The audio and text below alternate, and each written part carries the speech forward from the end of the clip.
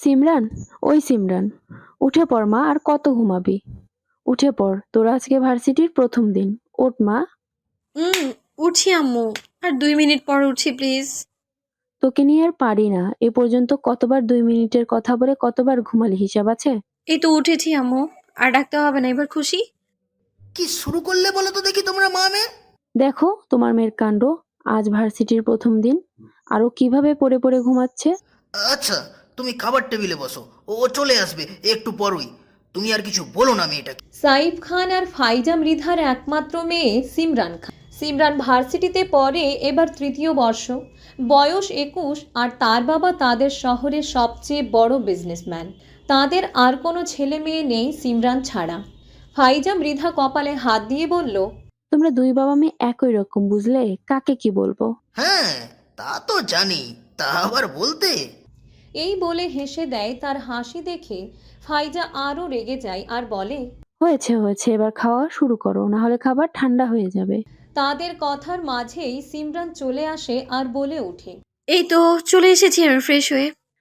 এবার চলে একসাথে খাওয়া শেষ করা যাক। এই বলে সবাই খাওয়া শুরু করে আর কিছু সময়ের মধ্যে তাদের খাওয়াও শেষ হয়ে যায়। আর সাইফ খান টিস্যু দিয়ে হাত মুছতে মুছতে সিমরানের উদ্দেশ্যে বলে, সিমরান মামুনি, তুমি কি ভার্সিটিতে একাই যাবে নাকি আমি নামিয়ে দিয়ে যাব? না আব্বু, আমি একাই যেতে পারবো। আমি বাসা গাড়ি দিয়ে চলে যাব। আচ্ছা, তাহলে তুমি সাবধানে চলে যেও, ঠিক আছে? আর কোনো সমস্যা হলে গাড়ির ড্রাইভারকে বলো, কেমন? আব্বু, আমি নিজে ড্রাইভ করে যাব, প্লিজ প্লিজ প্লিজ।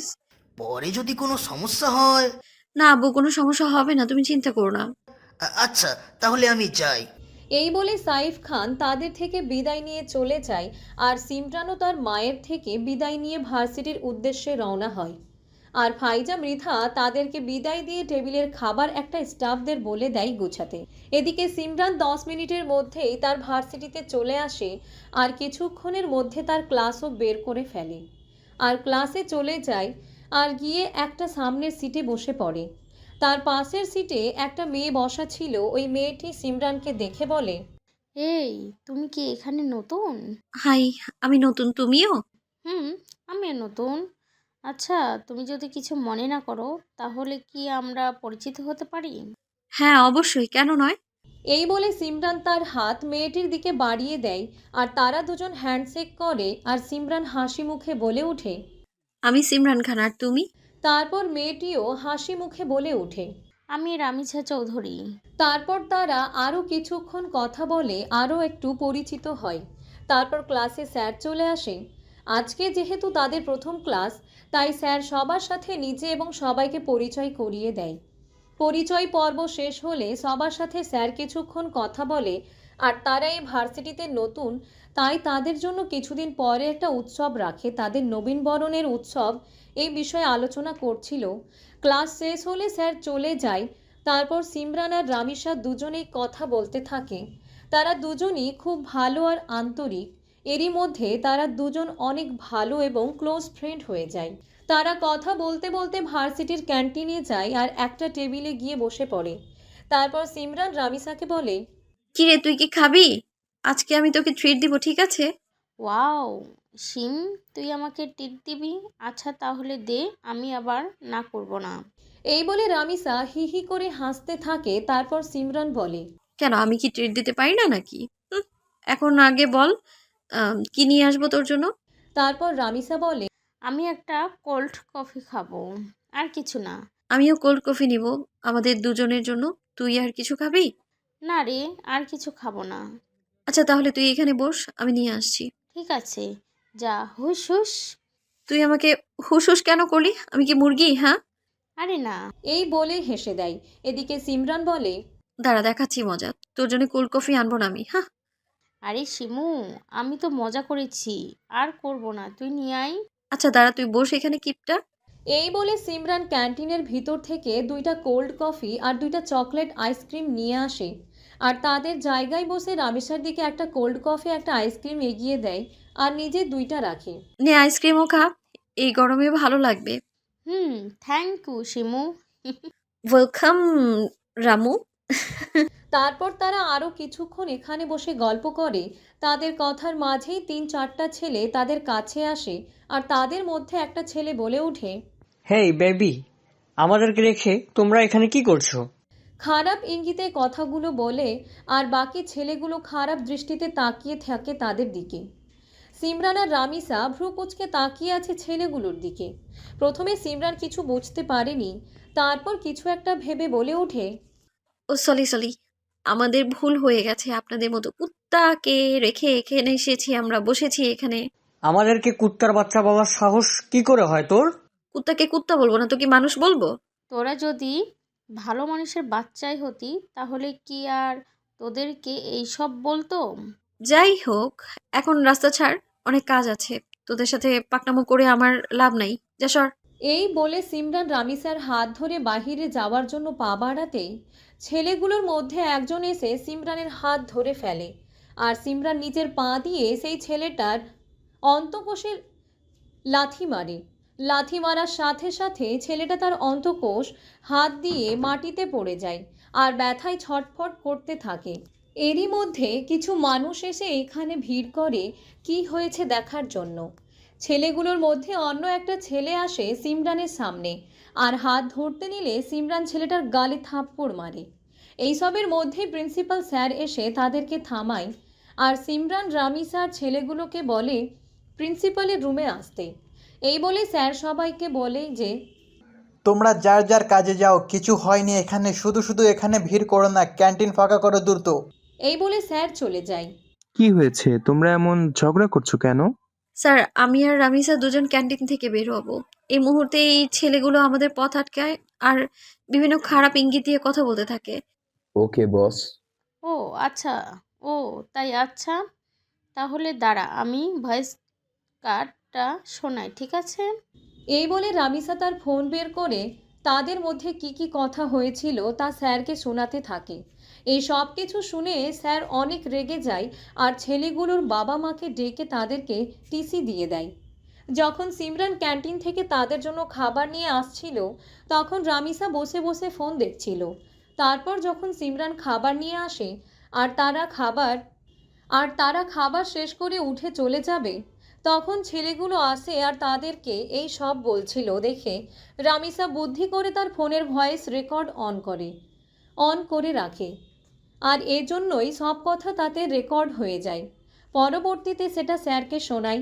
প্রিন্সিপালের রুম থেকে বের হতে হতে রামিসা বলে, শালারা কত জোচ্চোর, ভেবেছিলে মিথ্যা বলে স্যারের সামনে আমাদেরকে খারাপ বানাবে, কিন্তু তার হলোই না। এই বলে তারা দুজন হাসতে থাকে। তারপর তারা ভার্সিটির গেটের সামনে এসে সিমরানকে রামিসা বলে, রামু, তুই কি বাসায় একা একা যাবি নাকি কেউ নিতে আসবে? না রে, আমার ভাইয়া আমাকে নিতে আসবে। তুই কি একা যাবি নাকি? আমি নিজে ড্রাইভ করে যাব। ও আচ্ছা। হুম। তারা কথা বলতে থাকে। এর মধ্যে একটা কালো রঙের একটা গাড়ি এসে তাদের সামনে থামে আর গাড়ির ভিতর থেকে একটা বলিষ্ঠ দেহের যুবক বেরিয়ে আসে। দেখতে একদম মাশাআল্লাহ, লম্বা আর জিম করা বডি, কালো স্যুট, ফর্মাল ড্রেস আপ পরা, চুলগুলো হালকা এলোমেলো আর কালো রঙের একটা ব্র্যান্ডের সানগ্লাস পরা, সব মিলিয়ে খুব সুন্দর লাগছিল। তারপর রামিসা বলে, ভাইয়া আমি এইদিকে। এটা বলে হাতের ইশারায় ডাকে। সিমরান বুঝে যায় এই ছেলেটাই তার ভাই। সিমরান রামিসাকে বলে, রামিসা, আমি চলে যাই, হ্যাঁ, টাটা। রামিসা সিমরানের হাত ধরে বলে, দাঁড়া, ভাইয়ের সাথে পরিচয় করিয়ে দিই, তারপর যা।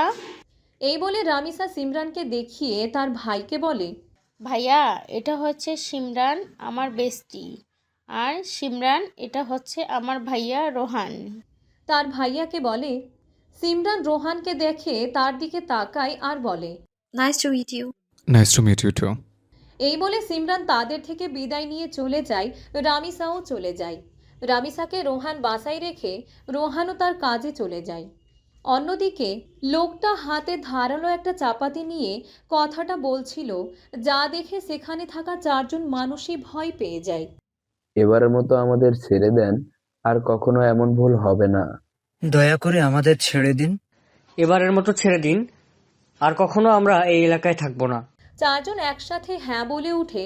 তারপর লোকটা বলে, তার জন্য আমাকে এখন কি করতে হবে? আমাদের ছেড়ে দেন দয়া করে, আর কখনো এমন হবে না। আমরা মেয়েদেরকে সম্মান দিয়ে চলবো। কিন্তু অনেক দেরি হয়ে গেছে। এই কথাটার মানে কেউ বুঝেনি, চারজনের কেউ। ওরা তাকাইয়া থাকে, তখন লোকটা বলে। এটাই যে তোদের এই কথাটা বুঝতে এতদিন লেগেছে। লোকটি কথাটা বলে জোরে জোরে হাসতে থাকে। পুরো বিল্ডিংয়ে লোকটির আওয়াজ ভয়ঙ্কর শোনা যাচ্ছিল, আর হাতে ছিল অনেক ধারালো চাপাতি, আর লোকটির পাশে একটি টেবিলে রাখা ছিল অনেকগুলো ধারালো ছুরি আর ব্লেড। তারপর লোকটি তার কিছু গার্ডদের ডেকে চারজন ছেলেকে একটা লোহার মধ্যে উল্টো করে ঝুলিয়ে রাখলো, মাথা নিচে আর পা উপরে বাঁধা। অন্যদিকে সিমরান গাড়ি নিজে ড্রাইভ করে যাচ্ছিল আর বারবার বলছিল, আবারও কেন তোমার সাথে দেখা হলো? কেন আবারও তোমার কাছেই ফিরে আসতে হলো? 2 বছর আগে যে কষ্ট সহ্য করেছি, এখনো আবারও সেই একই কষ্ট দিতে আপনি চলে এলেন। এইসব নিজের সাথেই বলছিল। কিছুক্ষণের মধ্যে সিমরান নিজের বাসায় চলে আসে। তাদের বাসাটা ডুপ্লেক্স বাড়ির ভিতরে, একদম বিদেশি স্টাইলে সব কিছু, বাহিরে দিয়েও সেম, সব মিলিয়ে খুব সুন্দর তাদের বাসা। পুরোটা বাউন্ডারি করা, আর বাড়ির বাহিরে দুই পাশে বাগান, আর মাঝখানে হাঁটার জন্য অনেকটুকু জায়গা, আর বাসার এক পাশে বাইক আর গাড়ি পার্কিং করার জন্য জায়গা রাখা। সেখানে গাড়ি পার্কিং করে সিমরান তাদের ঘরে চলে যায়, আর ড্রয়িং রুম পেরিয়ে তার রুমে চলে যায়। তার রুমটা দোতলায় এক কর্নারে। রুমে এসে দরজা আটকিয়ে দেয়, আর ফ্রেশ না হয়ে কিছু না ভেবেই বিছানায় শুয়ে কান্না করতে করতে ঘুমিয়ে পড়ে। এদিকে ছেলেগুলোকে উপরে ঝুলিয়ে রাখার কারণে আর কারেন্টের তার দিয়ে পিটানোর কারণে তাদের নাক মুখ দিয়ে রক্ত বের হচ্ছিল, আর শরীরের বিভিন্ন জায়গায় কেটে রক্ত পড়ছিল। তারপর ছেলেগুলো বলে, আমার খারাপ হাল করবি? তোর এখান থেকে বের হতে পারলে তো আমার হাল খারাপ করবি। আর এই শহরে কারো এতটুকু সাহস হয়নি যে আমার হাল খারাপ করবে। আমি অচেনা এক ভয়ঙ্কর আতঙ্ক। এই বলে লোকটি রাসেল নামের ছেলেটার সামনে যায় আর গিয়ে বলে, তুই না সবার আগে কি ওদেরকে বেবি বলেছিলে? আচ্ছা, আরো সুন্দরভাবে যেন বেবি বলতে পারিস সেই ব্যবস্থাই করছে। এই বলে লোকটি একটা নতুন ধারালো ব্লেড নিয়ে রাসেলের মুখের দুই পাশ দিয়ে কেটে দেয়, যার ফলে রাসেল ব্যথায় চিৎকার দেয়, আর চিৎকার দেওয়ার ফলে মুখের দুই পাশ আরও ছিঁড়ে যায়, আর রাসেল জ্ঞান হারায়, যা দেখে বাকি তিনজনই কান্না করে।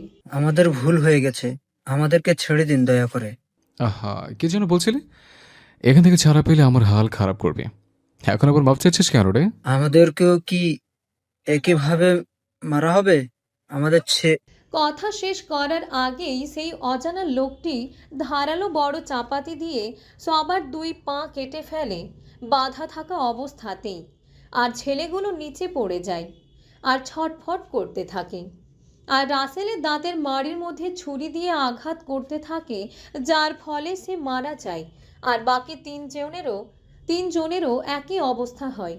তাদের চিৎকারে মনে হচ্ছিল কোনো ভয়ঙ্কর পশুর খাবার হয়েছে, আর যেই বাড়িতে তাদেরকে মারা হয় সেই বাড়িটাও শহরে অনেক বাহিরে, যেখানে জঙ্গলের মতো হওয়ায় কারো যাওয়া হয় না। তাই তাদের চিৎকারের আওয়াজ সেখান পর্যন্তই সীমাবদ্ধ হয়ে থাকে। অন্যদিকে সেই কখন থেকে সিমরানকে ডেকে যাচ্ছে তার মা ফাইজা মৃধা, কিন্তু সিমরানের ঘুম থেকে ওঠার কোনো খবরই নেই। সিমরান, তোকে কখন থেকে ডাকছি, উঠছিস না কেন? আমার গলা ভেঙে যাচ্ছে, কিন্তু তোর ওঠার কোনো নামই নেই। আরও কিছুক্ষণ ডাকাডাকি করে দরজায় কড়া নাড়ায়। তারপর সিমরান উঠে দরজা খুলে বলে, কি হয়েছে আম্মু, ডাকছো কেন এমন ভাবে? ডাকছি সে কখন থেকে, আর তুই এখন বলছিস কি হয়েছে? বলি, তোর কি কোনো আক্কেল জ্ঞান নেই নাকি? ভার্সিটি থেকে এসে যে দরজা আটকে ঘুমিয়েছিস, দেখ তো এখন কয়টা বাজে। সিমরান ঘড়ির দিকে তাকিয়ে দেখে বিকেল 4:30 বাজে, আর কিছুটা অবাকও হয়। আল্লাহ, এত সময় ঘুমিয়েছিলাম? তা নয় তো কি। আচ্ছা, তুই ফ্রেশ হয়ে নিচে আয়, আমি তোর জন্য খাবার বেড়ে দিচ্ছি। ঠিক আছে আম্মু। এই বলে ফাইজা মৃধা নিচে চলে যায়, আর সিমরান শাওয়ার নিতে ওয়াশরুমে চলে যায়। আর আধ ঘন্টা পর বেরিয়ে আসে, আর নিচে গিয়ে দেখে তার বাবা আর তার মা বসে চা খাচ্ছে। সিমরানকে দেখে তার বাবা বলে, তোমার কি শরীর খারাপ আম্মু? না আব্বু, কিন্তু কেন? না, তুমি যে ভার্সিটি থেকে এসেই ঘুমিয়ে গেছো, তাই জিজ্ঞেস করলাম আর কি। ও না, ঠিক আছি আমি। আচ্ছা, যাও তাহলে, খেয়ে আসো। হ্যাঁ। সিমরান মাথা নাড়িয়ে হ্যাঁ সূচক বাক্য বলে চলে যায়। খাবার খাওয়ার জন্য। তাদের ড্রয়িং রুম থেকে রান্নাঘর দেখা যায় না, আর রান্নাঘরটা বড় হওয়ায় তার পাশেই বড় ডাইনিং টেবিল রাখা। সিমরান গিয়ে দেখে খাবার রেডি করা। সে টেবিলে গিয়ে একটা চেয়ার টেনে বসে পড়ে আর খাবার খেতে লাগে। খাবার খাওয়া শেষ করে সেও ড্রয়িং রুমে তার আব্বু আম্মুর সাথে গল্প করতে থাকে। সিমরান তার আব্বু আম্মুকে বলছিল তার ভার্সিটিতে যে নতুন বান্ধবী পেয়েছে। অন্যদিকে রামিসা আর তার আব্বু আম্মুও গল্প করছিল। রামিসা বলছে, আব্বু আম্মু জানো, আমার ভার্সিটিতে একটা নতুন বান্ধবী পেয়েছি। তার নাম সিমরান, আর খুব ভালো আর মিশুক একটা মেয়ে। রোহান চৌধুরী রিক আর রামিসা চৌধুরী হচ্ছে রায়হান চৌধুরী। রোহান চৌধুরী রিক আর রামিসা চৌধুরী হচ্ছে রায়হান চৌধুরী আর তাহমিনার সন্তান। রায়হান চৌধুরী পেশায় একজন লয়ার, আর রোহান তাদের শহরে সবচেয়ে বড় বিজনেসম্যান। আর রামিসা যে ভার্সিটিতে পড়ছে, সেও বিজনেস সম্পর্কে পড়ালেখা করছে। তাদের কথার মধ্যেই রোহান আসে আর কারোর সাথে কোনো কথা না বলে তার রুমে চলে যায়।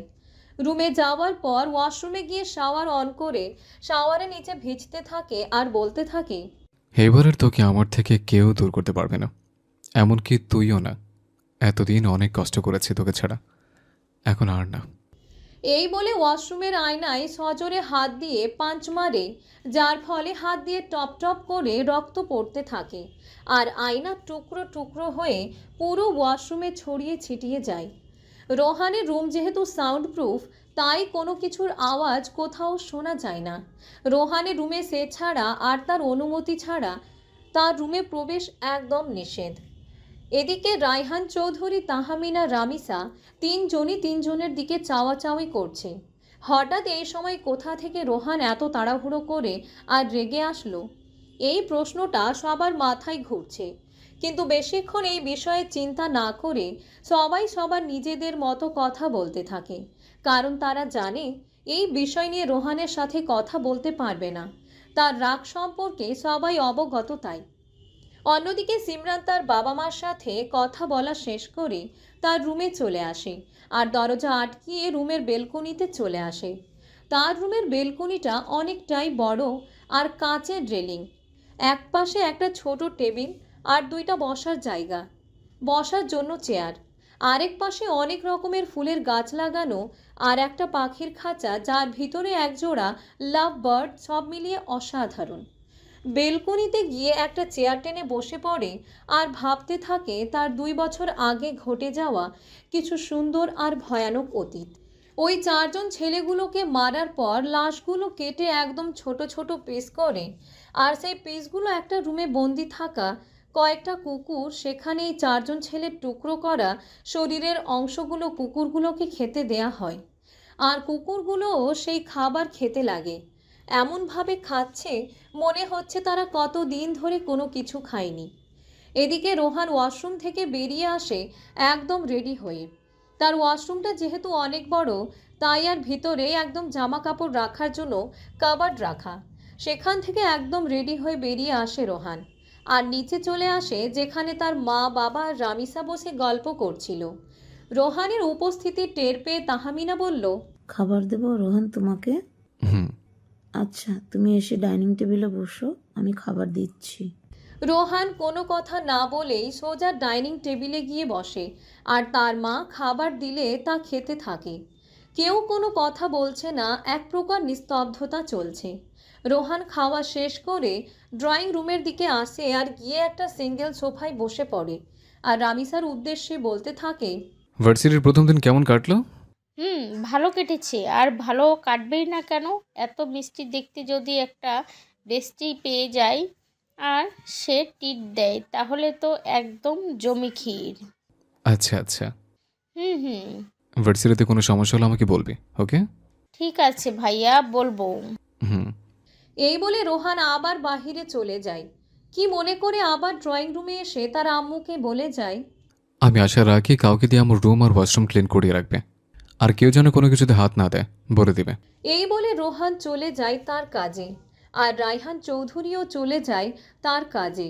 তার একটা মার্ডার কেসের বিষয় যেটা কোর্টেও উঠে গেছে, সেই জন্যই সঠিক প্রমাণ পাওয়ার চেষ্টা করছে রায়হান চৌধুরী।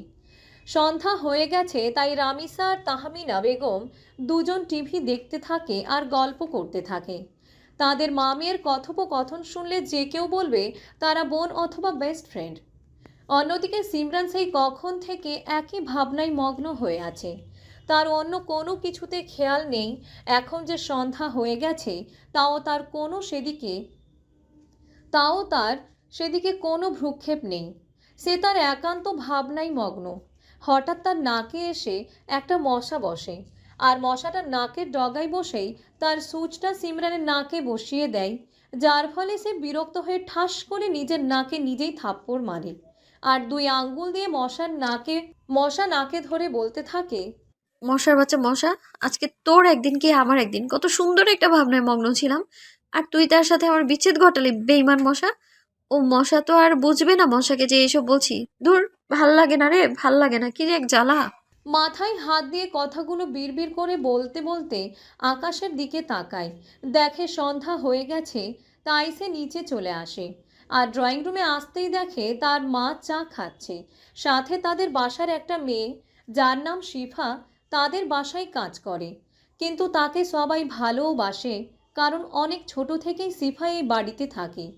কারণ তার মা মারা যাওয়ার পরে তার বাবা অন্য একটা মহিলাকে বিয়ে করে, যে মহিলা শিফাকে আদর করতো না, সারা দিন কাজ করাতো আর মারতো একটু ভুল হলেই।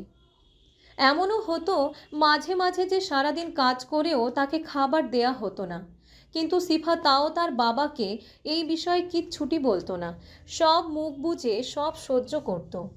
আর এই সুযোগ কাজে লাগিয়েই তার সৎ মা তাকে তাদের বাসা থেকে অনেক দূরে মেন রোডে বসিয়ে রেখে আসে। আর তখনই সিমরানের বাবা মা আর সিমরান তাদের গাড়ি দিয়ে তাদের বাসায় আসবে, আর আসার সময় শিফাকে রাস্তায় কাঁদতে দেখে তাদের সাথে নিয়ে আসে। আর তখন সিমরানের বয়স আর শিফার বয়স একই ছিল। তখন থেকে শিফা এই বাসায় তাদের সাথে থাকে। সিমরানও শিফাকে বোনের মতোই দেখত, কেউ কাউকে ছোট করে কথা বলেনি। আর সিমরানের মা বাবাই শিফার বিয়ে দিয়ে দিবে। সিমরানও তাদের সাথে বসে পড়ে আর শিফাকে বলে তার জন্য 1 কাপ চা আনতে। ঠিক আছে আপু। এই বলে শিফা চা আনতে রান্নাঘরে যায় চা বানাতে। সিমরান টিভি চালু করে দেয় আর শিফাও চা এনে সিমরানের হাতে দেয়। তারা চা খাচ্ছিল আর গল্প করছিল। দেখতে দেখতে রাত হয়ে যায়। রাত 10:30 বাজে। সিমরানের বাবা এসেছে অফিস থেকে। তখন সিমরান, ফাইজা, শিফা তারা টিভি দেখছিল আর গল্প করছিল। বেশ জমেছে তাদের গল্পটা, দেখেই বোঝা যাচ্ছে। সিমরানের মা ফাইজা মৃধা সাইফ খানকে দেখে বলল, তুমি ফ্রেশ হয়ে আসো, আমি টেবিলে খাবার দিচ্ছি। আচ্ছা। এই বলে সাইফ খান তাদের রুমে চলে যায় ফ্রেশ হতে। আর ফাইজা মৃধা সিমরান আর শিফার উদ্দেশ্যে বলে, তোরাও আয় আমার সাথে, টেবিলে খাবার রাখতে সাহায্য কর। আচ্ছা মা। ঠিক আছে, আসছি আম্মু। শিফা যেহেতু ছোট থেকে এই বাসায় থাকে আর ফাইজা মৃধাই তাকে বড় করেছে, তাই শিফা তাকে মা বলেই ডাকে। অন্যদিকে রায়হান চৌধুরী তার কেসের জন্য খুব স্ট্রং একটা প্রমাণ জোগাড় করেছে, যার দ্বারা তার বিরোধী দলকে হারিয়ে দিতে পারবে। তার কাজ শেষ করে সেও বাসায় আসে আর প্রতিদিনের মতোই ফ্রেশ হয়ে এসে সবার সাথে খেতে বসে। তখন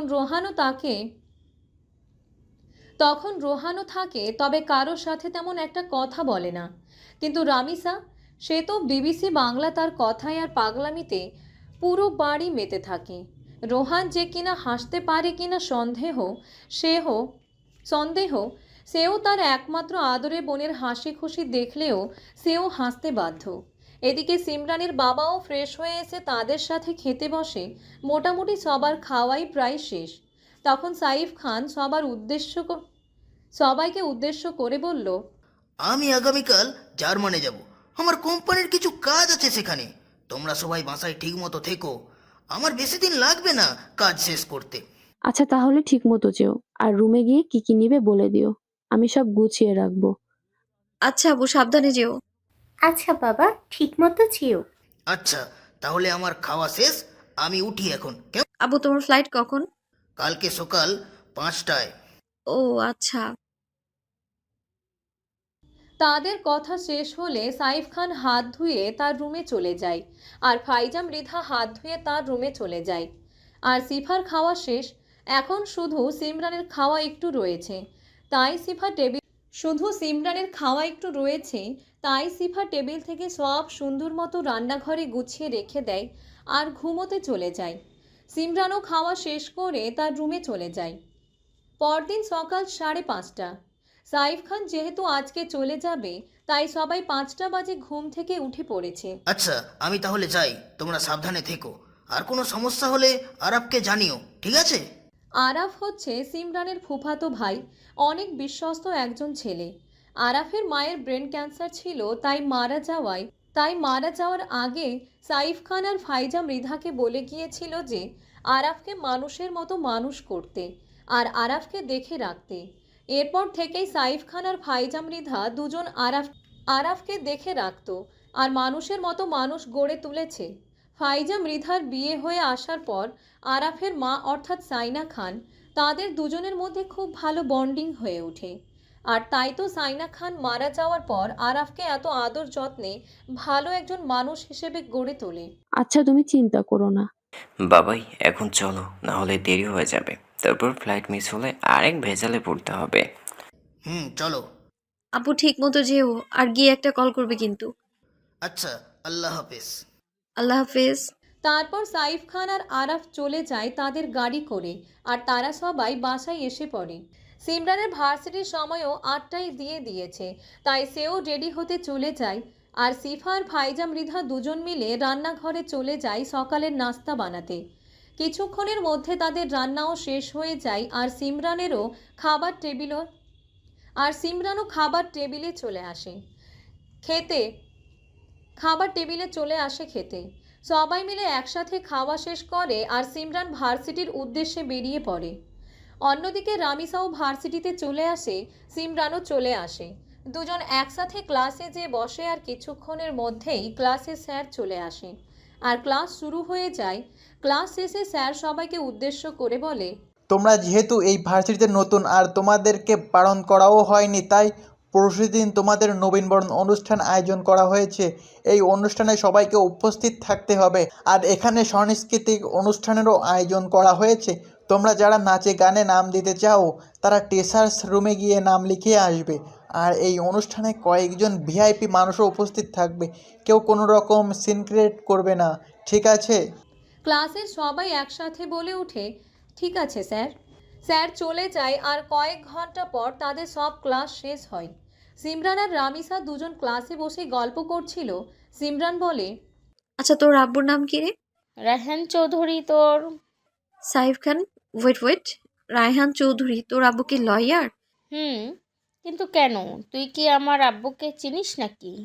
আরে শালি, তোর আব্বু তো আমার আব্বুর খুব ভালো বন্ধু। বলিস কি রে? আরে হ্যাঁ, তোর আব্বু কয়েকবারই আমাদের বাসায় এসছে।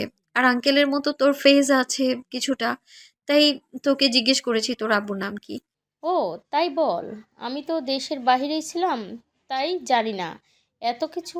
যাই হোক, তোর আব্বু আর আমার আব্বু দুইজন বন্ধু, আর তুই আর আমি দুইজন বন্ধু। কি বন্ডিং ভাই! Wow, nice, beautiful, wonderful, wonderful.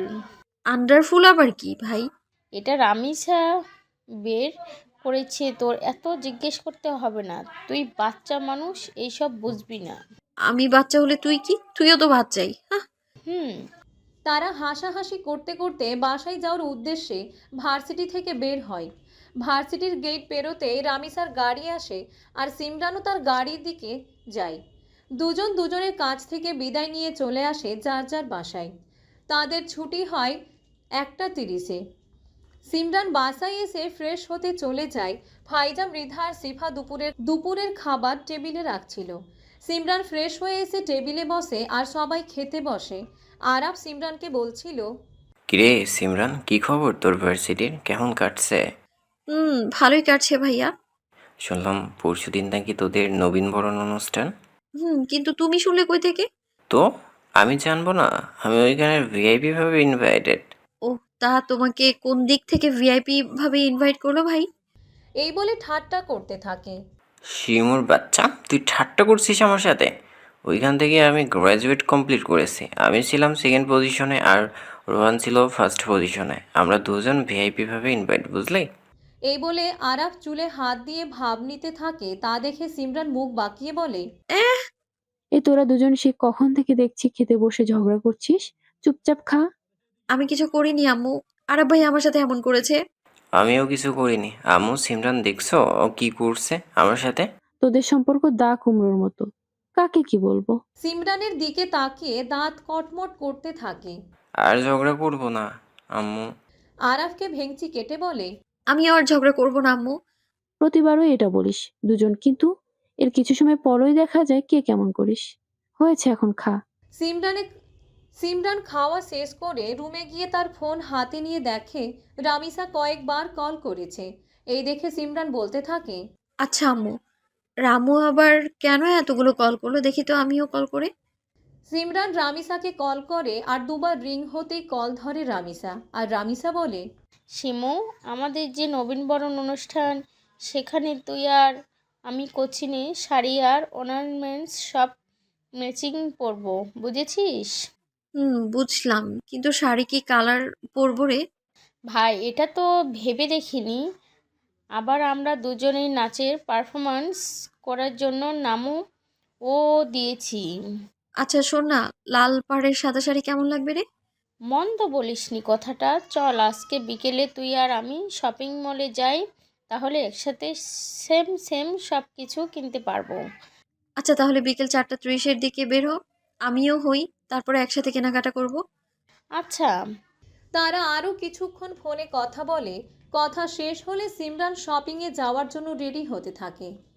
In 4:30 PM Simran আর রামিসা দুজন বাসা থেকে বের হয়ে একটা বড় শপিং মলে যায় আর একটা শাড়ির দোকানে যায়। গিয়ে একটা শাড়ি পছন্দ করে তারা, যেটা লাল পাড়ে সাদা শাড়ি। দুইটা শাড়ি নেয় দুজনে।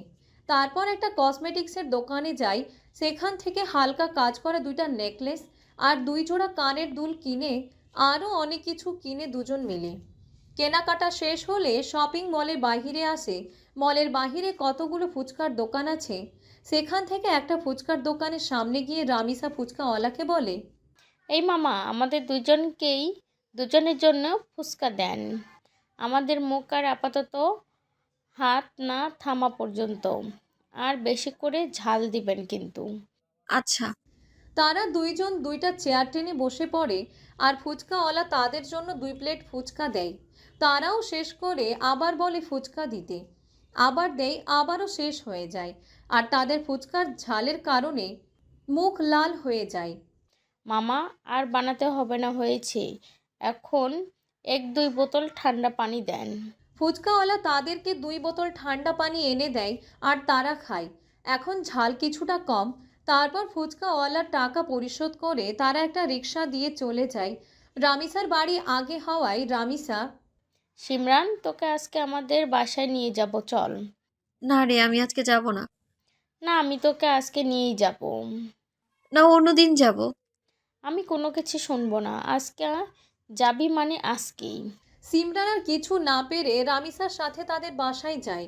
রামিসাদের বাসাটা অনেক সুন্দর, ডুপ্লেক্স বাড়ি, অনেক বড় আর সুন্দর।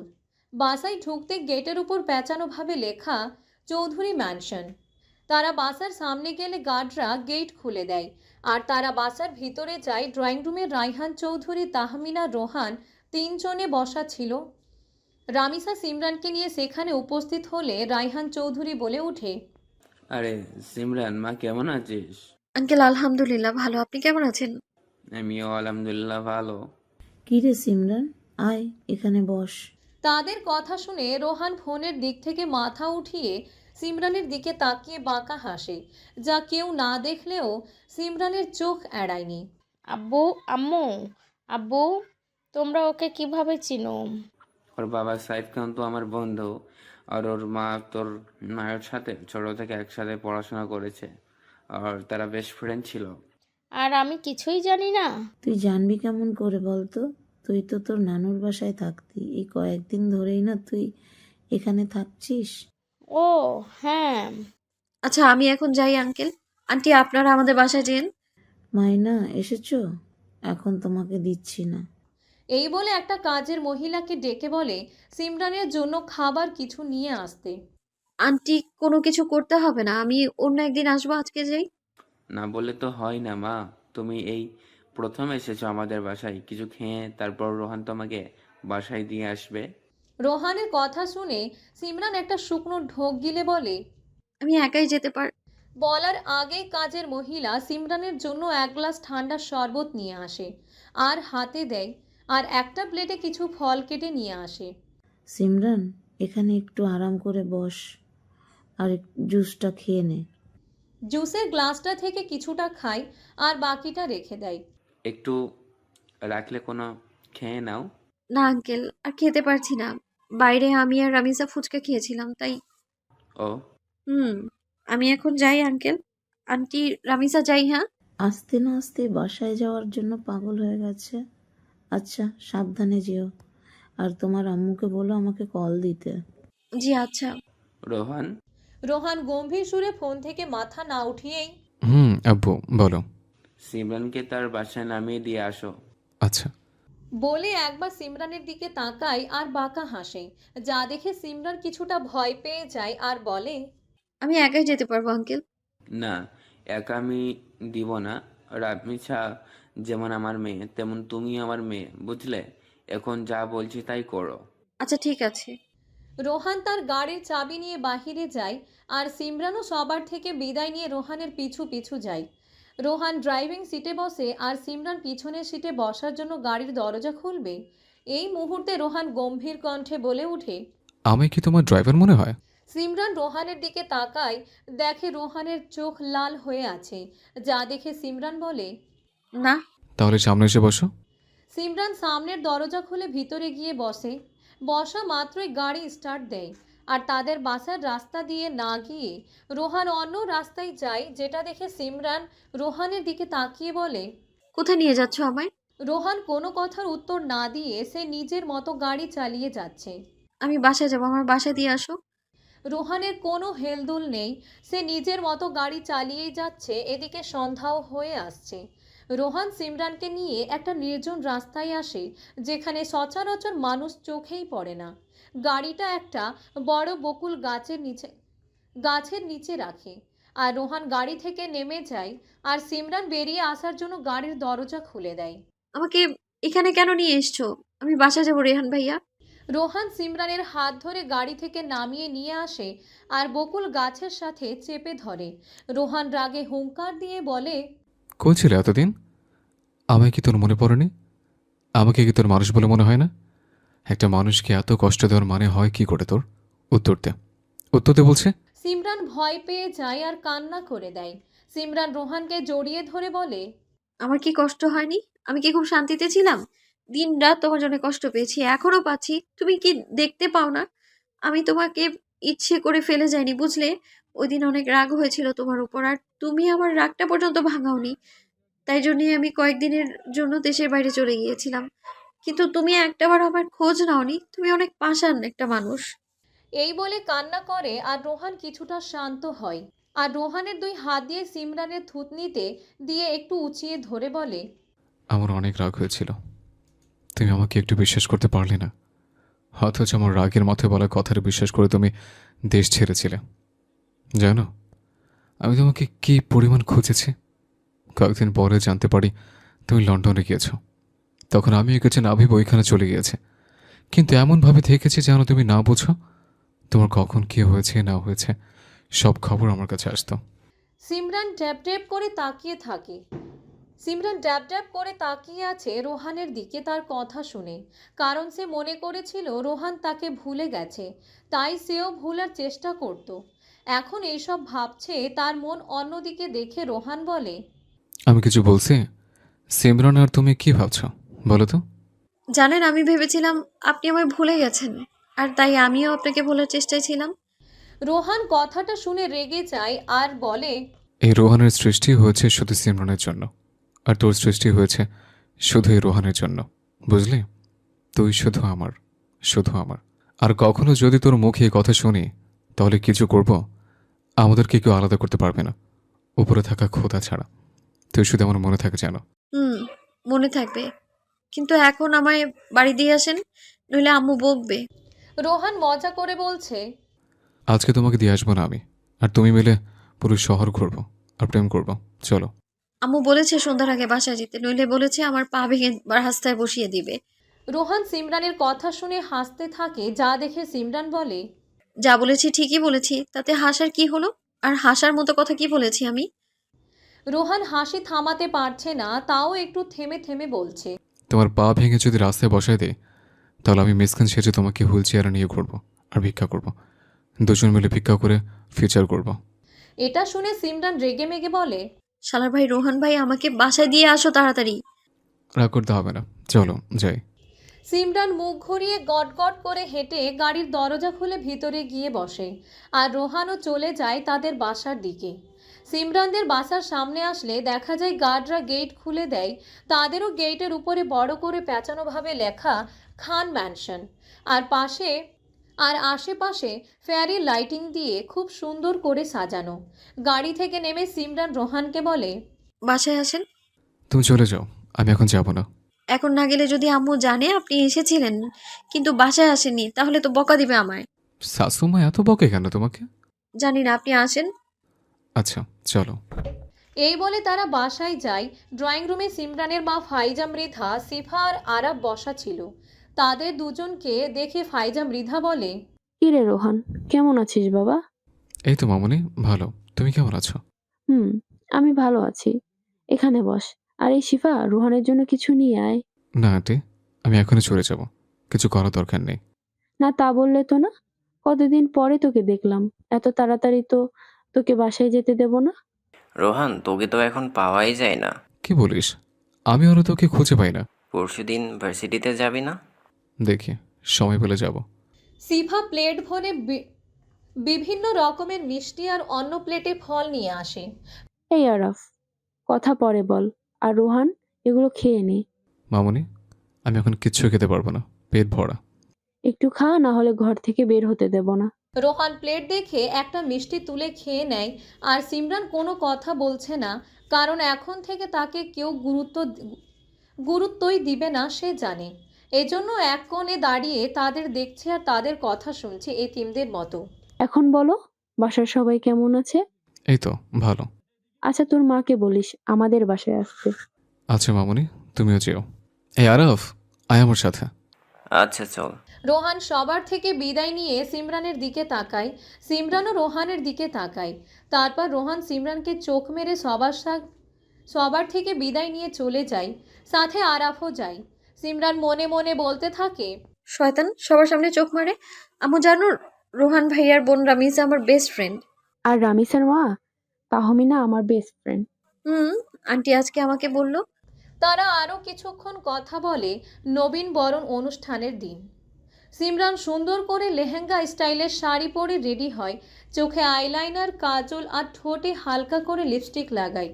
চুলগুলো কোমর ছুঁই ছুঁই, সামনে দুই সাইডে কয়েকটা চুল এনে রাখা, আর পিছনেরগুলো কার্ল করা, কপালে একটা ছোট লাল টিপ। শেষবারের মতো নিজেকে আয়নায় দেখে নেয় আর একটা হাসি দেয়।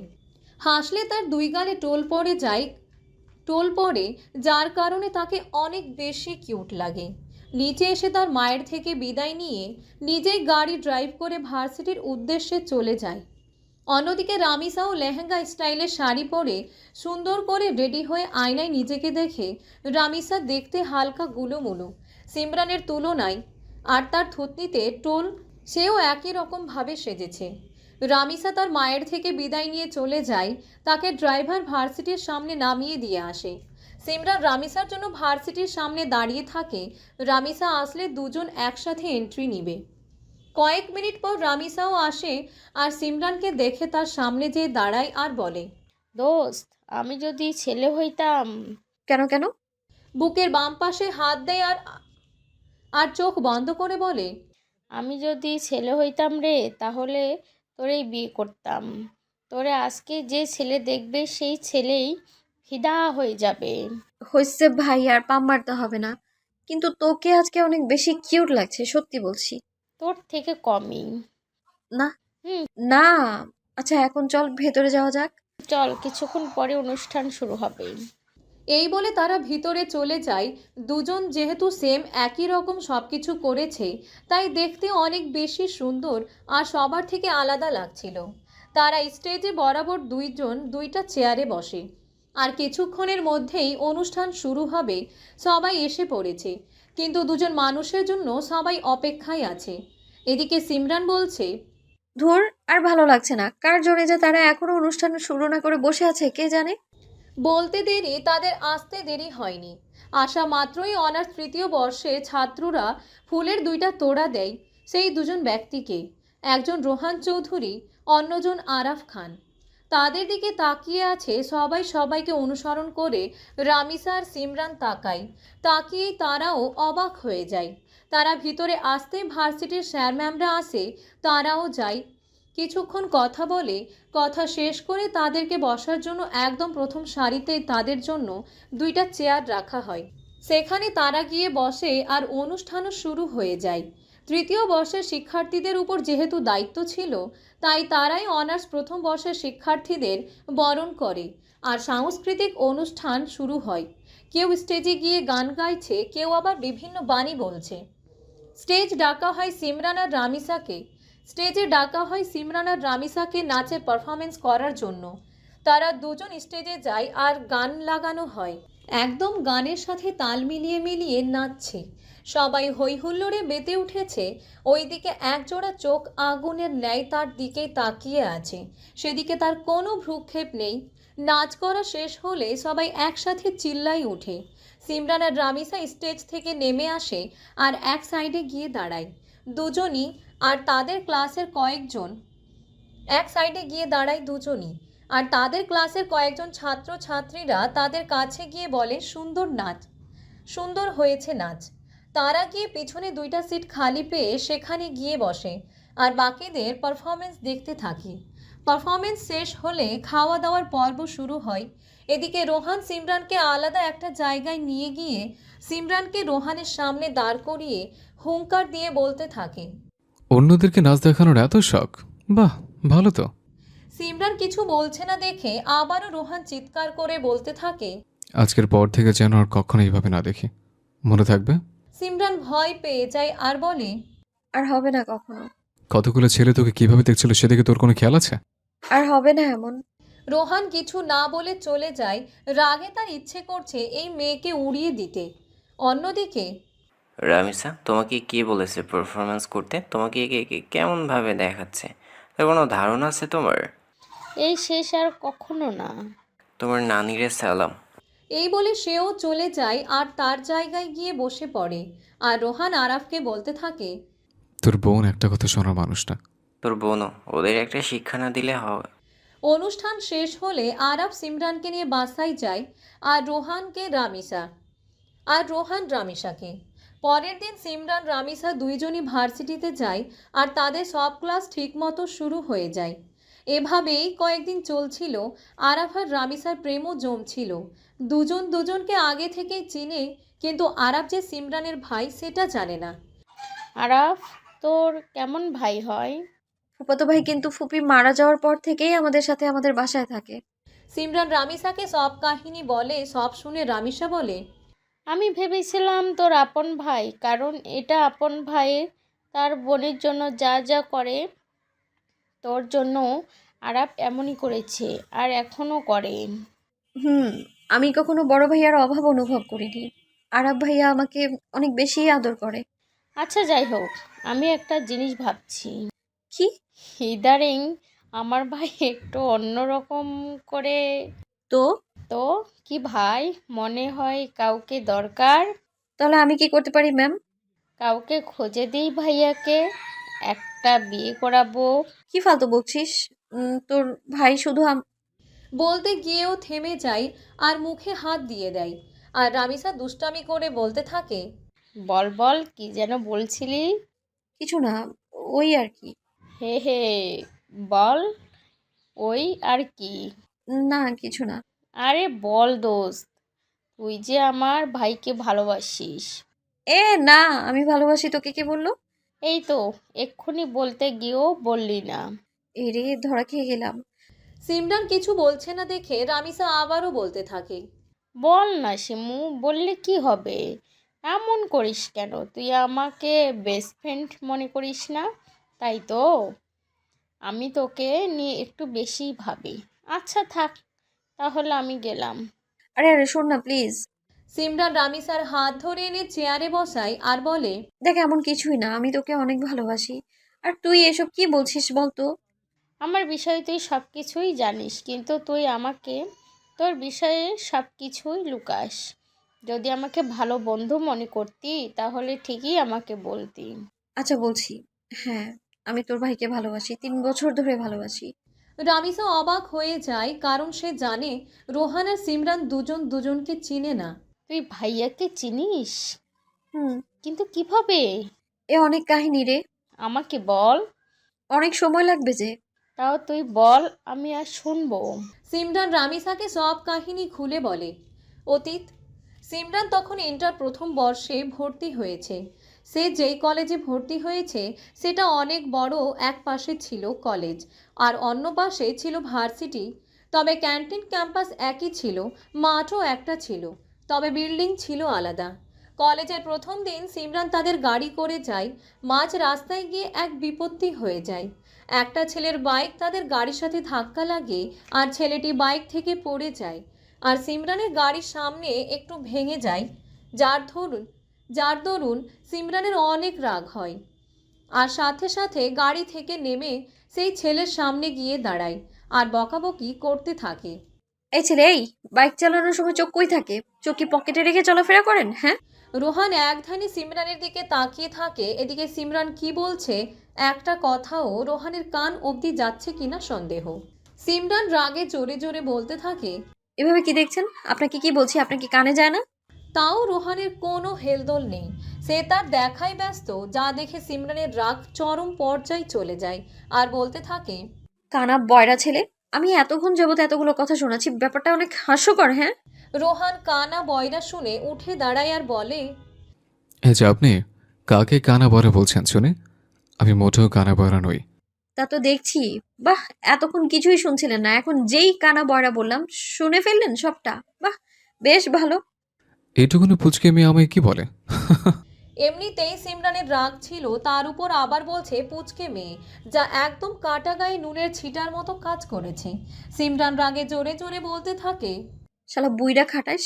আমি যদি পুচকে মেয়ে হই তাহলে তুই বুইড়া খাটাস। আমার কোন দিক দিয়ে বুড়া মনে হয় পিচ্ছে? তো আমাকে কোন দিক দিয়ে আপনার পুচকে পিচ্ছি মনে হয় শুনি? আমি কলেজে উঠেছি মানে আমি বড়। ওরে আমার বড় রে। আচ্ছা বড় আপু, আমি সরি, আমার অনেক বড় ভুল হয়ে গেছে, আর হবে না এমন।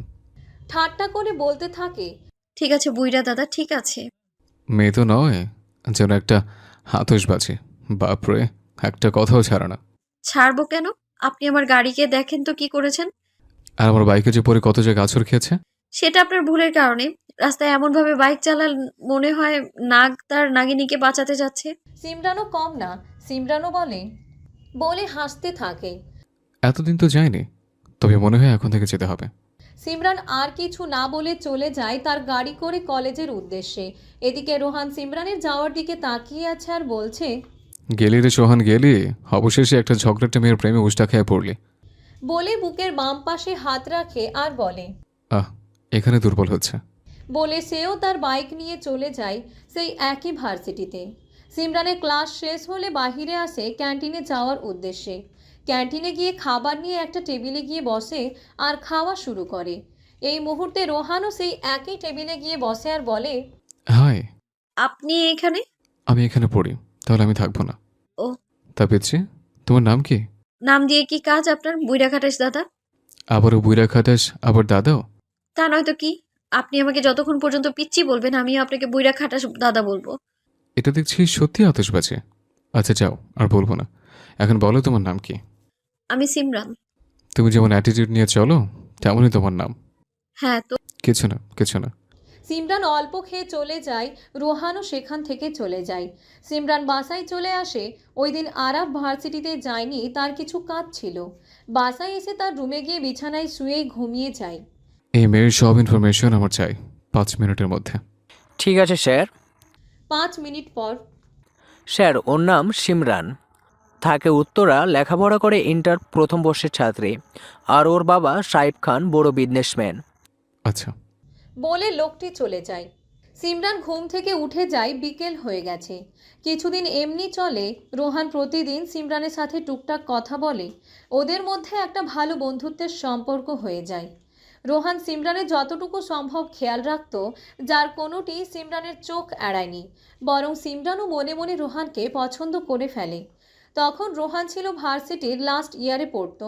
কিছুদিন পরেই তাদের পরীক্ষা। এভাবেই চলছিল দিনকাল। সিমরানকে বাইকে নিয়ে ঘুরতে যায়। হঠাৎ একদিন কলেজ শেষে রোহান সিমরানকে বলে দেখা করতে ভার্সিটির পিছনে একটা বড় শিমুল ফুলের গাছ আছে।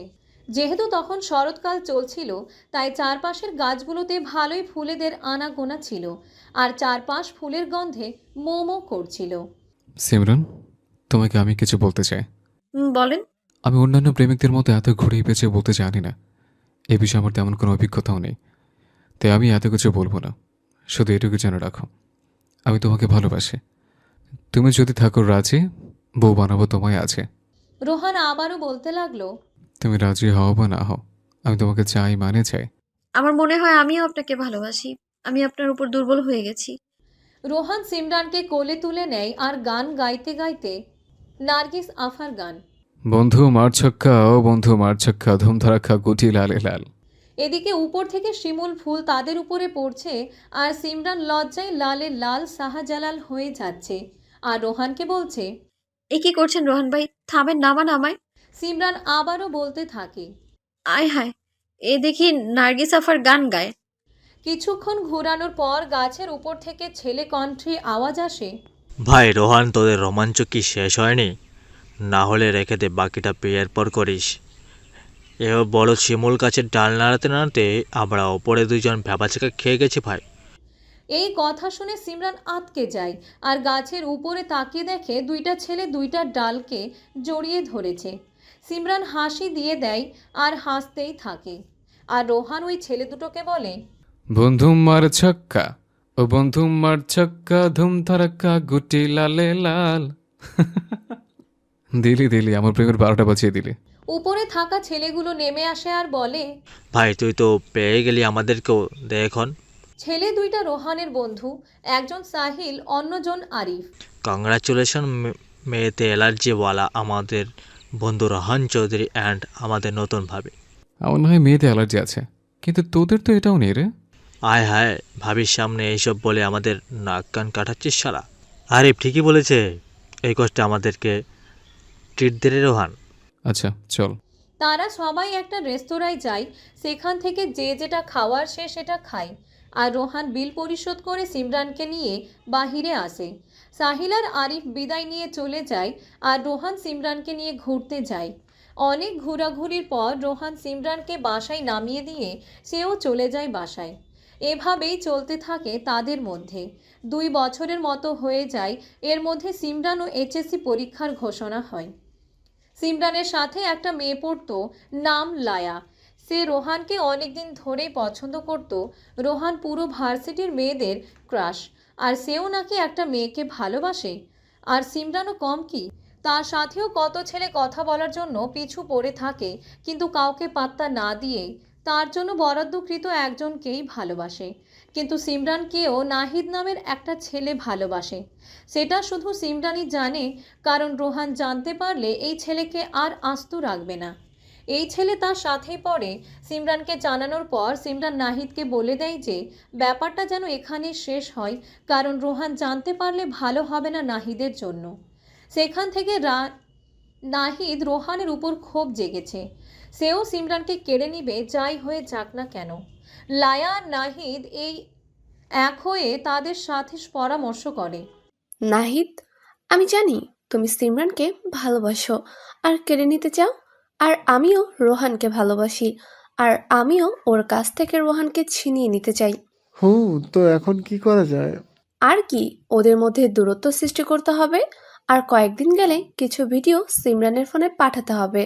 নাহিদ ও বাঁকা হাসে, সেও বুঝে গেছে কি করতে। কিছুদিন যাবৎ আপনাকে ঠিক পাওয়াই যায় না, থাকেন কই? আমি পাই না তোমাকে। কলেজ শেষে যাও কই তুমি? মানে কি, আপনি পান না আমাকে আর আমি পাই না আপনাকে? বাহ, ব্যাপারটা তো ভালোই। কি হচ্ছে ভাই? লায়া আর নাহিদ তাদের দুজনের মধ্যে ভালোই দূরত্ব করেছে। এখন রোহানের ফোনে সিমরানের সাথে নাহিদের কিছু অন্তরঙ্গ ছবি পাঠিয়ে দিয়েছে, যেগুলো এডিট করা। রোহান আর সিমরানের কথার মাঝেই নাহিদ আর লায়া মিলে ছবিগুলো ফেক আইডি দিয়ে সেন্ড করে দেয়। ফোনের টুং করে আওয়াজে রোহান পকেট থেকে ফোন বের করে লক স্ক্রিন খুলতেই ফোনের স্ক্রিনে ভেসে ওঠে সেই অন্তরঙ্গ ছবিগুলো, যেগুলো দেখে রোহানের মাথার সাথে সাথে গরম হয়ে যায় আর রাগ নিয়ন্ত্রণের বাহিরে, চোখ লাল হয়ে গেছে। লালে মনে হচ্ছে সিমরানকে এখন ভস্ম করে দিবে এই রাগের দহনে। কি হয়েছে রোহান ভাই? রোহান ছবিগুলো সিমরানকে দেখায় আর সিমরানের চোখ বড় হয়ে যায়, মুখে হাত চলে যায় আর বলতে থাকে, কি এগুলো? আমি এসব কি? চুপ করো সিমরান, আর একটা কথাও শুনতে চাই না আমি। একটু বোঝার চেষ্টা করো, এমন কিছুই না। তোমাদের মতো মেয়েদেরকে আমার চেনা আছে, বুঝলে? বেরিয়ে যাও এখান থেকে। Get the fuck out. ও ঠিক আছে, তবে আপনিও মনে রাখবেন, আমার ভালোবাসা যদি সত্যি হয় তাহলে আবারও আমাদের দেখা হবে। এই বলে সিমরান আর টু শব্দ না করে কান্না করতে করতে বেরিয়ে যায়। আর রোহান সেখানে কিছুক্ষণ বসে থাকে, তার রাগে গা জ্বলে যাচ্ছে। সিমরান তার সাথে কেমনে বিশ্বাসঘাতকতা করলো, এগুলো ভেবেই তার রাগ হচ্ছে। রোহান সেখান থেকে চলে যায়। এর মধ্যে একদিনও সিমরান রোহানের সাথে কথা বলার চেষ্টা করলেও রোহান এড়িয়ে গেছে। এরই মধ্যে অনেক দিন কেটে যায়। তাদের ইন্টার দ্বিতীয় বর্ষের ফাইনাল পরীক্ষাও শেষ হয়ে যায় আর রেজাল্টও দেয়া হয়ে যায়। সিমরান ভালো রেজাল্ট করে আর সে তার রাগ নিয়ে ভাবে এইভাবে রোহানকে ভুলতে পারবে না, তার জন্য কিছু একটা করতে হবে। সিমরান ভাবে সে বাহিরে দেশে যাবে আর এই সিদ্ধান্ত তার আব্বু আম্মুকেও জানায়। আর তারা প্রথমে রাজি না হলেও পরে সিমরানের জোরাজুরিতে রাজি হয়। আর যেহেতু পাসপোর্ট করাই ছিল আগে থেকে, তাই ভিসাও রেডি হয়ে যায়। কয়েকদিনের মধ্যে আর সিমরানও চলে যায়। সিমরানের নানুর বাসার সবাই যেহেতু লন্ডনে থাকে, তাই তার বেশি কষ্ট হয়নি তার জন্য। সেখানে গিয়ে সিমরান একটা ভার্সিটিতে অ্যাডমিশন নেই আর পড়ে। অনেক দিন পার হয়ে যায়। এদিকে রোহান সিমরান বলতে পাগল প্রায় হয়ে যায়, কারণ যেদিন সিমরান বাংলাদেশ ছেড়েছে সেদিন রোহান কি মনে করে যেন আবারও সেই ছবিগুলো দেখে। আর এবার খুব ভালো করে লক্ষ্য করে দেখে রোহান, ওই দিন রোহান ভালো করে দেখেনি ছবিগুলো, শুধু সিমরানের মুখটা দেখেই রাগে ফেটে যায় আর রাগ দেখায়। তারপরও রোহান শিওর হওয়ার জন্য সাহিলকে জিজ্ঞেস করে এই বিষয়ে। তারপর সাহিল বলে যে এখন এগুলো এডিট করা কোনো ব্যাপারই না। তারপর সাহিল এমনই একটা ছবি এডিট করে দেখায়। তখনই রোহান বুঝে যায় এটা তাদের মধ্যে বিরোধ সৃষ্টি করার জন্য কেউ এত বড় কাজ করেছে। রোহান তার পার্সোনাল পার্টনার জারিফকে দিয়ে এই বিষয়ে খোঁজ লাগায় আর জানতে পারে লায়া আর নাহিদ এই কাজ করেছে। তুমি লায়া, তাই না? আর তুমি নাহিদ, তাই তো? লায়া আর নাহিদ মাথা ঝাঁকিয়ে হ্যাঁ সম্মতি জানায়। জারিফ, এদেরকে ভালো আদর যত্ন করবে কিন্তু, ঠিক আছে? জি স্যার, মনে থাকবে। কয়েকদিন আদর যত্নে রেখে তাদের দুজনকে ছেড়ে দেব। রোহান এই বলে পাগলদের মতো হাসতে থাকে, যার পরিণতি খুব ভয়ঙ্কর হবে লায়া আর নাহিদের জন্য। তারা রোহানের কলিজায় হাত দিয়েছে, কলিজায়। আর রোহান নিজের জিনিসে অন্যের তাকানোটাও পছন্দ করে না, সেখানে তারা একদম হাত দিয়েছে। কয়েকদিন পর রোহান জানতে পারে সিমরান লন্ডনে গিয়েছে আর সেও ভাবে আর দেরি করে লাভ নেই, তার আগে লায়া নাহিদের একটা ব্যবস্থা করতে হবে। ইন ব্ল্যাক হাউস, এটা রোহানের সেই বাড়ি যেখানে তার কাজে ব্যাঘাত ঘটানো মানুষদের কলিজায় বের করা হয়। এতদিন বন্দি থাকার কারণে লায়া আর নাহিদের অবস্থা ভালো না, তার উপর প্রতিবেলায় খাবারের বদলে কারেন্টের শক দেওয়া হয়েছে। আর এক সপ্তাহে মাত্র 4 দিন খাবার দেওয়া হয়েছিল, যার ফলে তাদের দিকে তাকানোর মতো অবস্থা না। রোহান গিয়ে দেখে তাদের এই অবস্থা, যা দেখে রোহান পৈশাচিক হাসি দেয় আর বলে, আমার কলিজায় হাত দেওয়া কাউকে আমার পছন্দ না, কিন্তু তোরা সেটাই করলে। আমাদের ভুল হয়ে গেছে, আর কখনো এমন হবে না, আমাদেরকে ছেড়ে দিন। এই দেশেই আমরা আর থাকবো না, আমাদেরকে ছেড়ে দিন দয়া করে। রোহান একটা চাপাতি দিয়ে নাহিদের আঙ্গুল কেটে দেয়। আর নাহিদের চিৎকার সাথে লায়ার ভয়ে চিৎকার পুরো বাড়িতে আটকে থাকে, বাহিরে আর যায় না। দুজনেরই একই অবস্থা করে, আবার কারেন্টের শক দিতে থাকে, যার ফলে মারা যায় তারা আর সেই কুকুরদের খাদ্যে পরিণত হয়। ইন লন্ডন, রোহান একদম অন্যরকম ভাবে গিয়েছে, যেন সিমরান তাকে চিনে না ফেলে। আর রোহানের কিছু গার্ডসদেরকে সিমরানের সুরক্ষার জন্য পিছু করে দেওয়া হয়। সিমরানের সব খবর রোহানের কাছে আসছে। আর আরাফ তো রামিসার সাথে একদম জমিয়ে দিয়েছে তাদের প্রেম। আরাফ জানে না রোহান সিমরানকে ভালোবাসে, আর রোহান জানে না আরাফ রামিসাকে যে ভালোবাসে। দেখতে দেখতে 2.5 বছর কেটে যায়। এর ভিতরে সিমরান অনেক কষ্টে নিজের মনকে বুঝিয়ে সুঝিয়ে মানিয়েছে যে এখন তার দেশে যেতে হবে, নিজের মা বাবার কাছে। একটা ছেলের ভুল বোঝার কারণে এত কিছু করতে হবে কে বলেছে? সিমরান নিজেই নিজেকে এগুলো বলে, কিন্তু আবারও তার কষ্ট হয় সেদিনের কথাগুলো ভেবে। সিমরান দেশে চলে আসে, আর রোহান যে এতদিন সিসি ক্যামেরার মতো এত খবর রেখেছে তার কিছুই সিমরান জানে না। আর সিমরান ভেবেছিল রোহান হয়তো এতদিনে তাকে ভুলে গেছে। দেশে আসার পরপরই ভার্সিটিতে আবার অ্যাডমিশন নেয়, আর এখন তার ভার্সিটির জীবন আবার ভালোই উপভোগ করতেই গেছিল। কিন্তু আবারও রোহান নামক একটা পাষাণ লোকের আগমন ঘটে তার জীবনে, যেমনটা হয়েছিল কয়েক বছর আগে। বর্তমান রায়হান চৌধুরী যেই মার্ডার কেসের বিষয়ে প্রমাণ পেয়েছে তা আজকে কোর্টে হাজির করার কথা। সে কোর্টে যাওয়ার জন্য তৈরি। কোর্টে রায়হান চৌধুরী প্রমাণটাই সঠিক হয়, আর দ্বিতীয় পক্ষ মিথ্যা প্রমাণিত হয়। আর যেই পক্ষ মিথ্যা প্রমাণিত হয় সেখানে তার আপন ভাইয়ের ছেলে আয়ান চৌধুরী ছিল হত্যাকারী, আর তাকে কয়েক বছরের জেল দেয়া হয়। আয়ানের বাবা জামাল চৌধুরীর সাথে রায়হান চৌধুরীর বনিবনা ভালো ছিল না। রায়হান চৌধুরী বড় ভাই জামাল চৌধুরী যখন রায়হানের দাদা জমি ভাগাভাগি করে দেয়, যখন রোহানের দাদা জমি ভাগাভাগি করে দেয় তখন জামাল চৌধুরী বলে তাকে কম পরিমাণ দেওয়া হয়েছে। এ নিয়ে তাদের মধ্যে ঝগড়া হয়। তখন থেকে রায়হান চৌধুরী কথা বলতে চাইলেও জামাল চৌধুরী কথা বলতে চায়নি। অনেক ক্ষতি করার চেষ্টা করেছে রায়হানের পরিবারের। চাচ্চু, কাজটা ঠিক করলেন না। আমাদের সাথে থাকবেন বলে সব সঠিক তথ্য নিয়েছেন আমাদের থেকে। এর শাস্তি আপনাকে সাথে আপনার পরিবারের সবাইকে ভোগ করতে হবে, মনে রাখবেন। রায়হান চৌধুরী হাসি মাখা মুখ নিয়ে বলে, সত্যর সাথে আছি, সত্যর সাথেই থাকবো। আর আল্লাহ যদি চান তাহলে আমাদেরকে তিনি রক্ষা করবেন। বলে চলে যায় আর আয়ানকে জেলে নিয়ে যায়। জামাল চৌধুরী নিজের ছেলেকে জেলে যেতে দেখেও এখন কিচ্ছু করতে পারছে না। তবে তিনিও কম না, তিনিও প্রতীক্ষা করেন রায়হানের পরিবার থেকে এক এক করে সব মুছে ফেলবে। রামিসা, সিমরান আর রোহানদের এই সব শুনে সে বলে, এত কাহিনী হয়ে গেল অথচ আমি আর আরাফ কিছুই জানি না। তবে আরাফ এখনো জানে, আর আমিও। রামিসা মিষ্টি মাখা সুরে সিমরানকে ডাকে, ভাবিজান, ও ভাবিজান। সিমরান কিছুটা আশ্চর্য হয় আর বলে, বিয়ের আগে ভাবি বানিয়ে দিলি?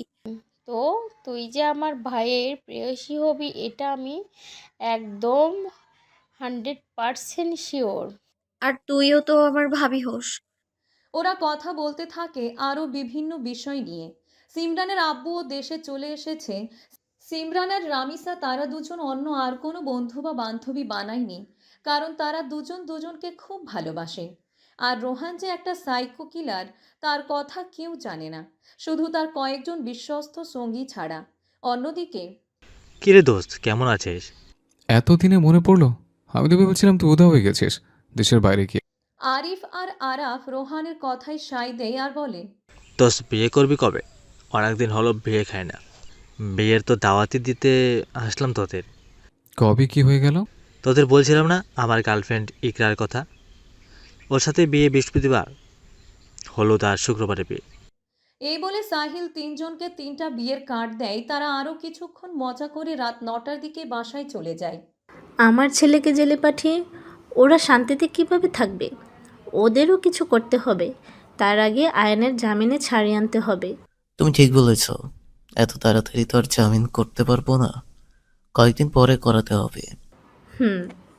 তাহমিনা খাবার টেবিলে দিয়ে সবাইকে ডেকে একসাথে রাতের খাবার খায়। সাইফ খান তাদের ডেকে তাদের সাথে কথা বলে, আর যার যার জন্য যা এনেছে তাকে তা দিয়ে দেয়। আর সবাই রাতের খাবার খেয়ে যার যার রুমে চলে যায়। বৃহস্পতিবার দিন সাহিলের হলুদ সন্ধ্যায় তাদের বন্ধুরা সবাই যায়। ইকরা যেহেতু সাহিলের চাচাতো বোন, তাই এক বাসায় তাদের বিয়েটা হবে। সবাই খুব আনন্দের মধ্যে দিয়ে এই রাতটা পার করে। শুক্রবার বিয়ের দিন, ওই দিনও তার বন্ধুরা সবাই যায়, আর বিয়েটা অনেক এনজয় করি। বিয়ের এক পর্যায়ে যখন আয়নায় মুখ দেখার পালা আসে তখন সাহিলকে জিজ্ঞেস করা হয়, সাহিল, তুমি আয়নায় কি দেখো? সাহিল মিষ্টির সুরে বলে। চাঁদ কিভাবে আমার পাশে বসে আছে। সবাই হই হুল্লোড়ে মেতে ওঠে। আবার ইকরাকে জিজ্ঞেস করা হয়। ইকরা, তুমি আয়নায় কি দেখো? এত সুন্দর হিরো আলম আমার পাশে কিভাবে বসে আছে? সবাই হেসে ওঠে। ইকরার বাচ্চা টিকরা, এতদিন পাড়া চাচিদের মতো ঝগড়া করেছিস, মেনে নিয়েছি। আজকে একটা শুভ দিন আর তুই আমাকে হিরো আলম বললে। এই বলে বুকে হাত দিয়ে বলে। হায় কি কষ্ট আমার বুকে। তাদের কাহিনী দেখে সবাই হেসে ওঠে। আয়নায় আমি আমার প্রতি সদয় এবং ভালো মনের মানুষকে দেখছি। তাদের কাজিনরা বন্ধুরা কিছুক্ষণ তাদের সাথে আড্ডা দেয়, অনেক মজা করে। দেখতে দেখতে 1-1.5 মাস কেটে যায়। ভালোই হাসি খুশি চলছিল সবাই। একদিন বিকেলের দিকে সিমরান একাই বাসা থেকে বের হয় কিছু কাজের জন্য। বাসার গাড়ি করে না গিয়ে রিকশায় যাবে বলে বায়না করে, আর বাসা থেকে গাড়ি নেয়নি। এখানেই সে ভুল করে। একটা রিকশায় গিয়ে বসে আর বলে যে সে কোন গন্তব্যে যেতে চায়। রিকশাওয়ালাও তাকে অন্যদিকে নিয়ে যাচ্ছে। এদিকে সিমরান রিকশাওয়ালাকে থামাতে বলছে, কিন্তু সে না থামিয়ে এমন এক জায়গায় নিয়ে যায় যেখানে মানুষের আনাগোনা নেই। নীরব নিস্তব্ধতায় ঘেরা আরও কয়েকজন ছেলে আসে তাদের মধ্যে। একজনকে সিমরান চিনে, খুব ভালো করে চিনে। আর চিনবেই বা না কেন? আর চিনবে নাই বা কেন? তাকে এই ছেলে প্রেমের প্রস্তাব দিয়েছে, কিন্তু সিমরান সোজা সাপটা না করে দেয়। আর বেশি ডিস্টার্ব করার কারণে অপমানও করেছিল নিহাল নামের এই ছেলেকে।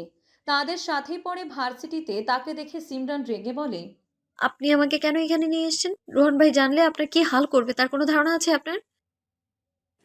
I don't fucking care babe. রোহানের জন্য তুমি আমাকে পাত্তা দিচ্ছিলে না, তাই তো?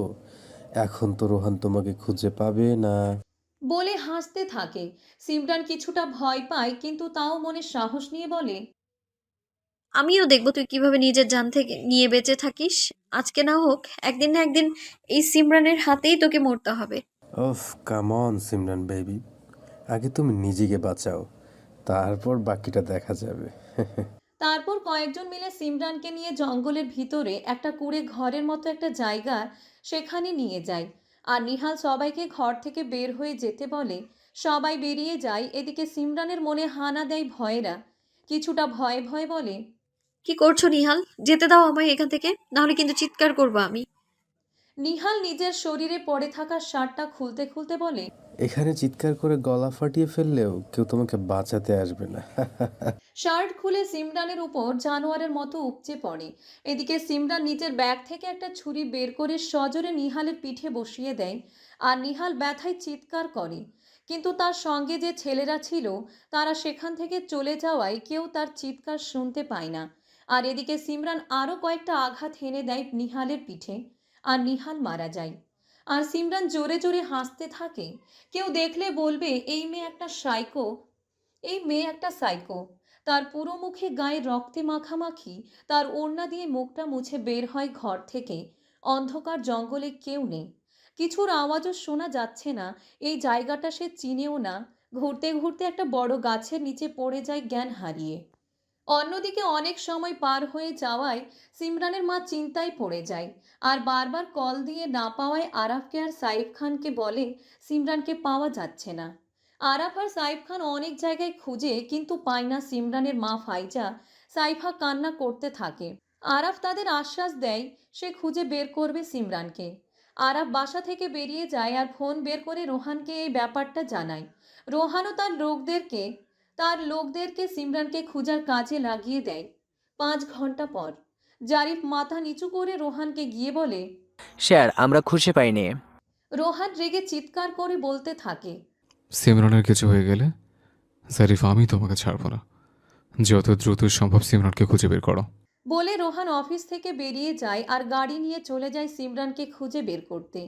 এদিকে রামিসার মা তাহমিনা আর রামিসা সিমরানদের বাসায় এসেছে। ভাইজাকে তারা সান্ত্বনা দিচ্ছে, কিন্তু রামিসাও কান্না করছে, কারণ সিমরান তার একজন ভালো বান্ধবী বোন, একজনকে ছাড়া অন্যজন অপূর্ণ। তাদের দেখলে যে কেউ বলবে তারা আপন বোন। রায়হান চৌধুরী সাইফ খানকে আশ্বাস দিচ্ছে রোহান আর আরাফ তাকে খুঁজে বের করবে। অন্যদিকে সিমরানের জ্ঞান ফিরলে সে নিজেকে আবিষ্কার করে একটা রুমে, যেখানে দুজন ভদ্র লোক ছিল, একজন পুরুষ আর একজন মহিলা। বেশি বয়স্ক না। সিমরানকে উঠতে দেখে মহিলাটি সিমরানের কাছে গিয়ে জিজ্ঞেস করলো, আমি ঠিক আছি, কিন্তু আমি কোথায়? আমি বাসায় যাব। আমি সিমরান খান। আমার বাসা ঢাকা উত্তরা। এটা তো ঢাকার বাহিরে, পঞ্চগড় মহারাজার দিঘি এই জায়গাটার নাম। এটা তো অনেক দূর। হ্যাঁ। ভদ্র পুরুষকে দেখে জিজ্ঞেস করলো, উনি কে? রাবেয়া পুরুষটিকে দেখিয়ে সিমরানকে বলল, উনি আমার স্বামী রফিক সাহেব। তোমাকে দেখতে একদম আমার মেয়ে রাফিয়ার মতো। সিমরান মা, চলো কিছু খেয়ে নাও, আসো। মা? তুমি আমাকে মা ডেকেছো? মা। রাফিয়ার কি হয়েছে? তুমি কান্না কেন করছো? সিমরান মা, তুমি কিছু খেয়ে নাও, তারপর সব বলবো, চলো। তারপর তারা খাবার টেবিলে চলে যায়। রাত হয়ে যাওয়ায় সবাই খেয়ে নেয়। সিমরান মিশুক হওয়ায় কিছু সময়ের মধ্যেই রাবেয়া রফিক সাহেবের সাথে মিশে যায় আর তাদেরকে নিজের মা বাবার মতোই মনে করে। মা, এখান থেকে যেতে অনেক সময় লাগবে। আমার আব্বু আম্মু নিশ্চয়ই অনেক কান্না করছে। তুমি এখানে থেকে যাও আমাদের সাথে। তোমাকে একদম আমার মেয়ের মতো। আমার মেয়েটাও তোমার মতোই ছিল। আচ্ছা মা, রাফিয়ার কি হয়েছিল বলতে পারেন? রফিক সাহেব চলে যায় তাদের মাঝে থেকে, কারণ এখানে সে থাকলে নিজেকে সামলাতে পারবে না, আর না তার স্ত্রী সে সামলাবে। রাবেয়া কান্না করতে করতে সিমরানকে বলতে থাকে, রাফিয়া যখন তোমার মতোই ছিল, তখন এলাকার একটা বখাটে আরিয়ান নামের ছেলে আমার মেয়েকে পছন্দ করত আর বাসার প্রস্তাব নিয়ে আসে বিয়ের জন্য। কিন্তু আমরা রাজি হই নাই, খারাপ ছেলে বলে। তার জন্য কত মেয়েই রাস্তায় ঠিকমতো চলাফেরা করতে পারতো না। মেয়েদেরকে ধরে নিয়ে গিয়ে গণধর্ষণের শিকার বানাতো। এলাকার লোকজন তাদেরকে কিছু বলতো না, কারণ সবাই তাকে ভয় পেত। আবার এলাকার মাতব্বরের ছেলে, তাই কেউ কিছু বলতো না। বিয়ের প্রস্তাব নিয়ে আসলে আমরা সোজা সাপটা না করে দেই। আর সেদিন সেই ছেলে বলে গিয়েছিল আমার মেয়ে সর্বনাশ করবে আর বিয়ে দিতে দেবে না। তখন আমরা এতটা পরোয়া করি নাই, কারণ আমাদের বাসায় সবসময় গার্ড দিয়ে ভরা থাকতো। কয়েকদিন ঠিকঠাক ছিল, তাই আমি আর তোমার বাবা মিলে ঠিক করি রাফিয়ার বিয়ের দিন তারিখ। আর খুব তাড়াতাড়ি বিয়ে ঠিক করি যেন কোনো ক্ষতি করতে না পারে। বিয়ের দিন সবাই খুব আনন্দের মধ্যে দিয়ে কাটছিল, কিন্তু কবুল বলার কিছু সময় আগে আরিয়ানার আরও কয়েকজন বখাটে ছেলে আমাদেরকে বেঁধে দেয় আর আমার মেয়েকে নিয়ে চলে যাচ্ছে। তারপর আমার মেয়েটা চিৎকার করে বলেছিল, আম্মু আমাকে বাঁচাও, আম্মু, ও ও আব্বু আমাকে বাঁচাও, আমাকে ওরা মেরে ফেলবে, আমাকে বাঁচতে দিবে না গো, আমাকে বাঁচাও। ওর আর্তনাদে সেখানকার সবাই কান্না করে দেয়। জানো, আমাদের গার্ডগুলোকে আগেই কিছু মেডিসিন দিয়ে অজ্ঞান করে দেয়, তাই সেখানকার কেউ মেয়েটাকে বাঁচাতে পারে না।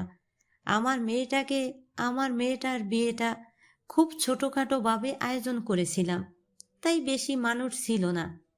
পরদিন সকালে মহারাজার দিঘির পাশে আমার মেয়েকে বিভস্র কাপড়হীন হয়ে পড়ে থাকতে দেখে কয়েকজন লোক আমাদের বাসায় এসে আমাদেরকে জানায়।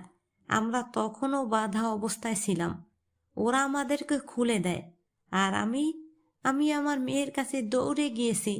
আর আমার মেয়েটাকে বিভস্রভাবে মৃত্যু অবস্থায় দেখে আমি জ্ঞান হারাই। বলে কান্নায় ভেঙে পড়েন রাবিয়া। সিমরানেরও অনেক কষ্ট হয় সব শুনে। সে কি বলে সান্ত্বনা দিবে? তার নিজেরই অনেক খারাপ লাগছে। তাও সিমরান রাবেয়াকে বলে, মা, ওই ছেলের কিছু একটা করতে হবে, নইলে আরো কার কার মেয়ের কি অবস্থা করবে কে কে জানে। জানো, এই আরিয়ান ছেলেটা শুধু মাতব্বরের ছেলেই নয়, রাফিয়ার আপন চাচাতো ভাই। সিমরান কিছুটা অবাক হয়, কারণ এতটা জানোয়ার কি করে হতে পারে যে নিজের আপন চাচাতো বোনের এত খারাপ অবস্থা করতে পারে। 2 দিন পর। আমার সিমরান কোথায়? আরাফ, আমার সিমরানকে পেয়েছিস? রোহান বাবা, আমার সিমু কই, পেয়েছো ওকে? তারা কি বলবে, কারণ এখনো সিমরানের কোনো খবর পাওয়া যায়নি। সবাই ভয়ে আছে, কারণ তাদের শত্রুর অভাব নেই। কে কী করেছে সিমরানকে কেউ জানে না। এদিকে সিমরানকে ছাড়া রামিসাও ভালো নেই, কেউ ঠিক নেই, সবার কষ্ট হচ্ছে। এদিকে সিমরান কারাটে পারে আগে থেকেই। সে বিভিন্ন বিষয়ে প্রশিক্ষণ নিচ্ছে, বিভিন্ন অস্ত্র চালানো শিখছে, বন্দুক চালানো শিখছে, কারণ সব কয়টা জানোয়ারকে শেষ করতে হবে, না হলে কিছুতেই সিমরানের ভালো ঘুম হবে না। অন্যদিকে সিমরানকে হারানোর শোকে ফাইজা মৃধা পাগল পাগল হয়ে যায়। কেউ তাকে বোঝাতে পারে না, তার একটাই কথা, সিমরানকে এনে দাও, আমার সিমরান কোথায়, আমি সিমরানকে দেখতে চাই। প্রতিদিন সিমরানের ছবি বুকে নিয়ে কান্না করতে থাকে। আরাফও কান্না করে, কারণ সে সিমরানকে নিজের বোনের মতো আদর করেছে, ভালোবেসেছে। এখন আর কেউ তার সাথে খাবার টেবিলে বসে ঝগড়া করে না, আর না বায়না করে কিছু খাওয়ার জন্য। এইসব ভেবে সেও কষ্ট পাচ্ছে। রোহান ঢাকা শহর পুরোটা খুঁজতে খুঁজতে বেহাল অবস্থা করে ফেলেছে, কিন্তু কোথাও নেই তার প্রেয়সী, তার সিমরান। কিভাবে থাকবে সিমরানকে ছাড়া রোহান? সে সিমরানকে 1 মিনিট থাকতে পারতো না, যে সিমরানকে ছাড়া 1 মিনিট থাকতে পারতো না, এইসব ভাবছে। সে আর সিমরানের ছবির দিকে তাকিয়ে আছে বহু সময় ধরে। সেও খুঁজে বেড়াচ্ছে তার প্রেয়সীকে, কিন্তু কোথাও পাচ্ছে না। বিভিন্ন জেলায় বিভিন্ন লোকদের পাঠানো হয়েছে সিমরানকে খুঁজে আনার জন্য। পুরো শহরে তোলপাড় করে দিবে সে যদি সিমরানকে খুঁজে না পায়, এই প্রতিজ্ঞাই যেন করেছে রোহান। অন্যদিকে সিমরান ভালোই কাটাচ্ছে তাদের সাথে দিনকাল। কেটে যায় 1 মাস। সিমরানও খুব ভালোই বন্দুক চালাতে পারে, আরও বিভিন্ন বিষয়ে প্রতিভা অর্জন করছে, যেন তাকে কেউ হারাতে না পারে এই যুদ্ধে। আর রাবেয়া রফিক সাহেব তাকে আরও উৎসাহ দিচ্ছে, এই বিষয়ে তারা সিমরানকে বিভিন্ন বিষয়ে সাহায্য করছে। 1 মাস হয়ে গেছে, তাও কারো মধ্যে কোনো পরিবর্তন নেই। সেই যে সিমরানকে হারিয়ে সবাই শোকের ছায়া পড়ে গেছে, সেই একই রয়েছে। ফাইজা তো প্রতিদিনই মেয়ের জন্য কান্না করতে করতে চোখের নিচে কালো দাগ পড়ে গেছে। ঠিকমতো না খাওয়ার ফলে অসুস্থ হয়ে গেছে। তাও তার একই কথা, সিমরান কোথায়, সিমরানকে এনে দাও তোমরা। সাইফ খান তো নিজের মেয়ে হারানোর শোকে সেও ঠিকমতো কিছু করছে না, না অফিসে যাচ্ছে ঠিকমতো, তাও আরাফ থাকায় তার চিন্তা কিছুটা কম। সে যেন বিশ্বাস করতে পারছে না যে তার মেয়ে নেই। তাকে আব্বু বলে আর না ডাকছে, আর না মামুনিটা বায়না করছে না তার কাছে। তাকে আব্বু বলে আর ডাকছে না তার মামুনিটা, বায়না করছে না তার কাছে। ছোটোখাটো আবদারও করছে না কেউ, তারও একই অবস্থা।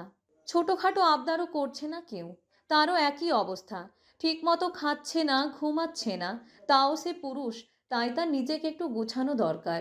তাই সে নিজেকে বোঝাচ্ছে, কিন্তু কিছুতেই তার মনকে সে মানাতে পারছে না যে তার মেয়ে নেই তার কাছে। এগুলো ভেবে কান্না করছে। প্রতিদিন একবার করে রাইহান চৌধুরী, তাহমিনা, রামিসা, রোহান তারা আসে তাদের কাছে, মাঝে মাঝে থেকেও যায় তাদের সাথে তাদের বাসায়। এমনই একদিন রাতে অবশ্য, এটা প্রতিদিনের অভ্যাস সিমরানকে হারানোর পর থেকে। এটাই তার নিত্যদিনের অভ্যাসে পরিণত হয়ে গেছে। রোহান তার রুমের বেলকুনিতে বসে বাতাসে সিগারেটের ধোঁয়া উড়াচ্ছে আর ভেজা কণ্ঠে গানের লাইনগুলো আওড়াচ্ছে। তাই তো তোমাকে খুঁজি অল্প আলোতে রোজি, ইচ্ছে তোমার বুঝি কে জানে। তাই জানি না জানি হয়ে অভিমানী, হেরেছি জিতেছি কে কতখানি, এভাবে স্বভাবে করেছি তোমায় আমার। তাই জানি না জানি হয়ে অভিমানী, হেরেছি জিতেছি কে কতখানি, এভাবে স্বভাবে করেছি তোমায় আমার। তুমি কোথায় আমার প্রেয়সী? তোমার বিরহে আমি শেষ হয়ে যাচ্ছে। তুমি কি ঠিক আছো? কিভাবে কি হয়ে গেল আমার হৃদয় রানী? কান্না করছে রোহান, কারণ তার মা আর বোনের পর এই একটা মেয়ে যাকে সে নিজের থেকেও বেশি ভালোবাসে। তাই তো আজ তার প্রেয়সীকে হারিয়ে তার এই অবস্থা। সিমরান তার রুমের বেলকনিতে চাঁদ দেখছে আর ভাবছে তার প্রিয় মানুষদের কথা। কেমন আছে তারা? তারা কি এখন আমায় মনে রেখেছে? আর রোহান, সে কি ভুলে গিয়েছে আমায়? আবার ভাবছে, না রোহান তো তাকে খুব ভালোবাসে, কিভাবে তাকে ভুলে যাবে। চাঁদের দিকে তাকিয়ে প্রতিদিন সে নিজের মনের কথাগুলো জিজ্ঞেস করে। রোহানকে ছাড়া সেও তো বিরহে ভুগছে, তারও যে প্রতিদিন খুব কষ্ট হয়। আচ্ছা, আম্মু কেমন আছে? আব্বু কেমন আছে?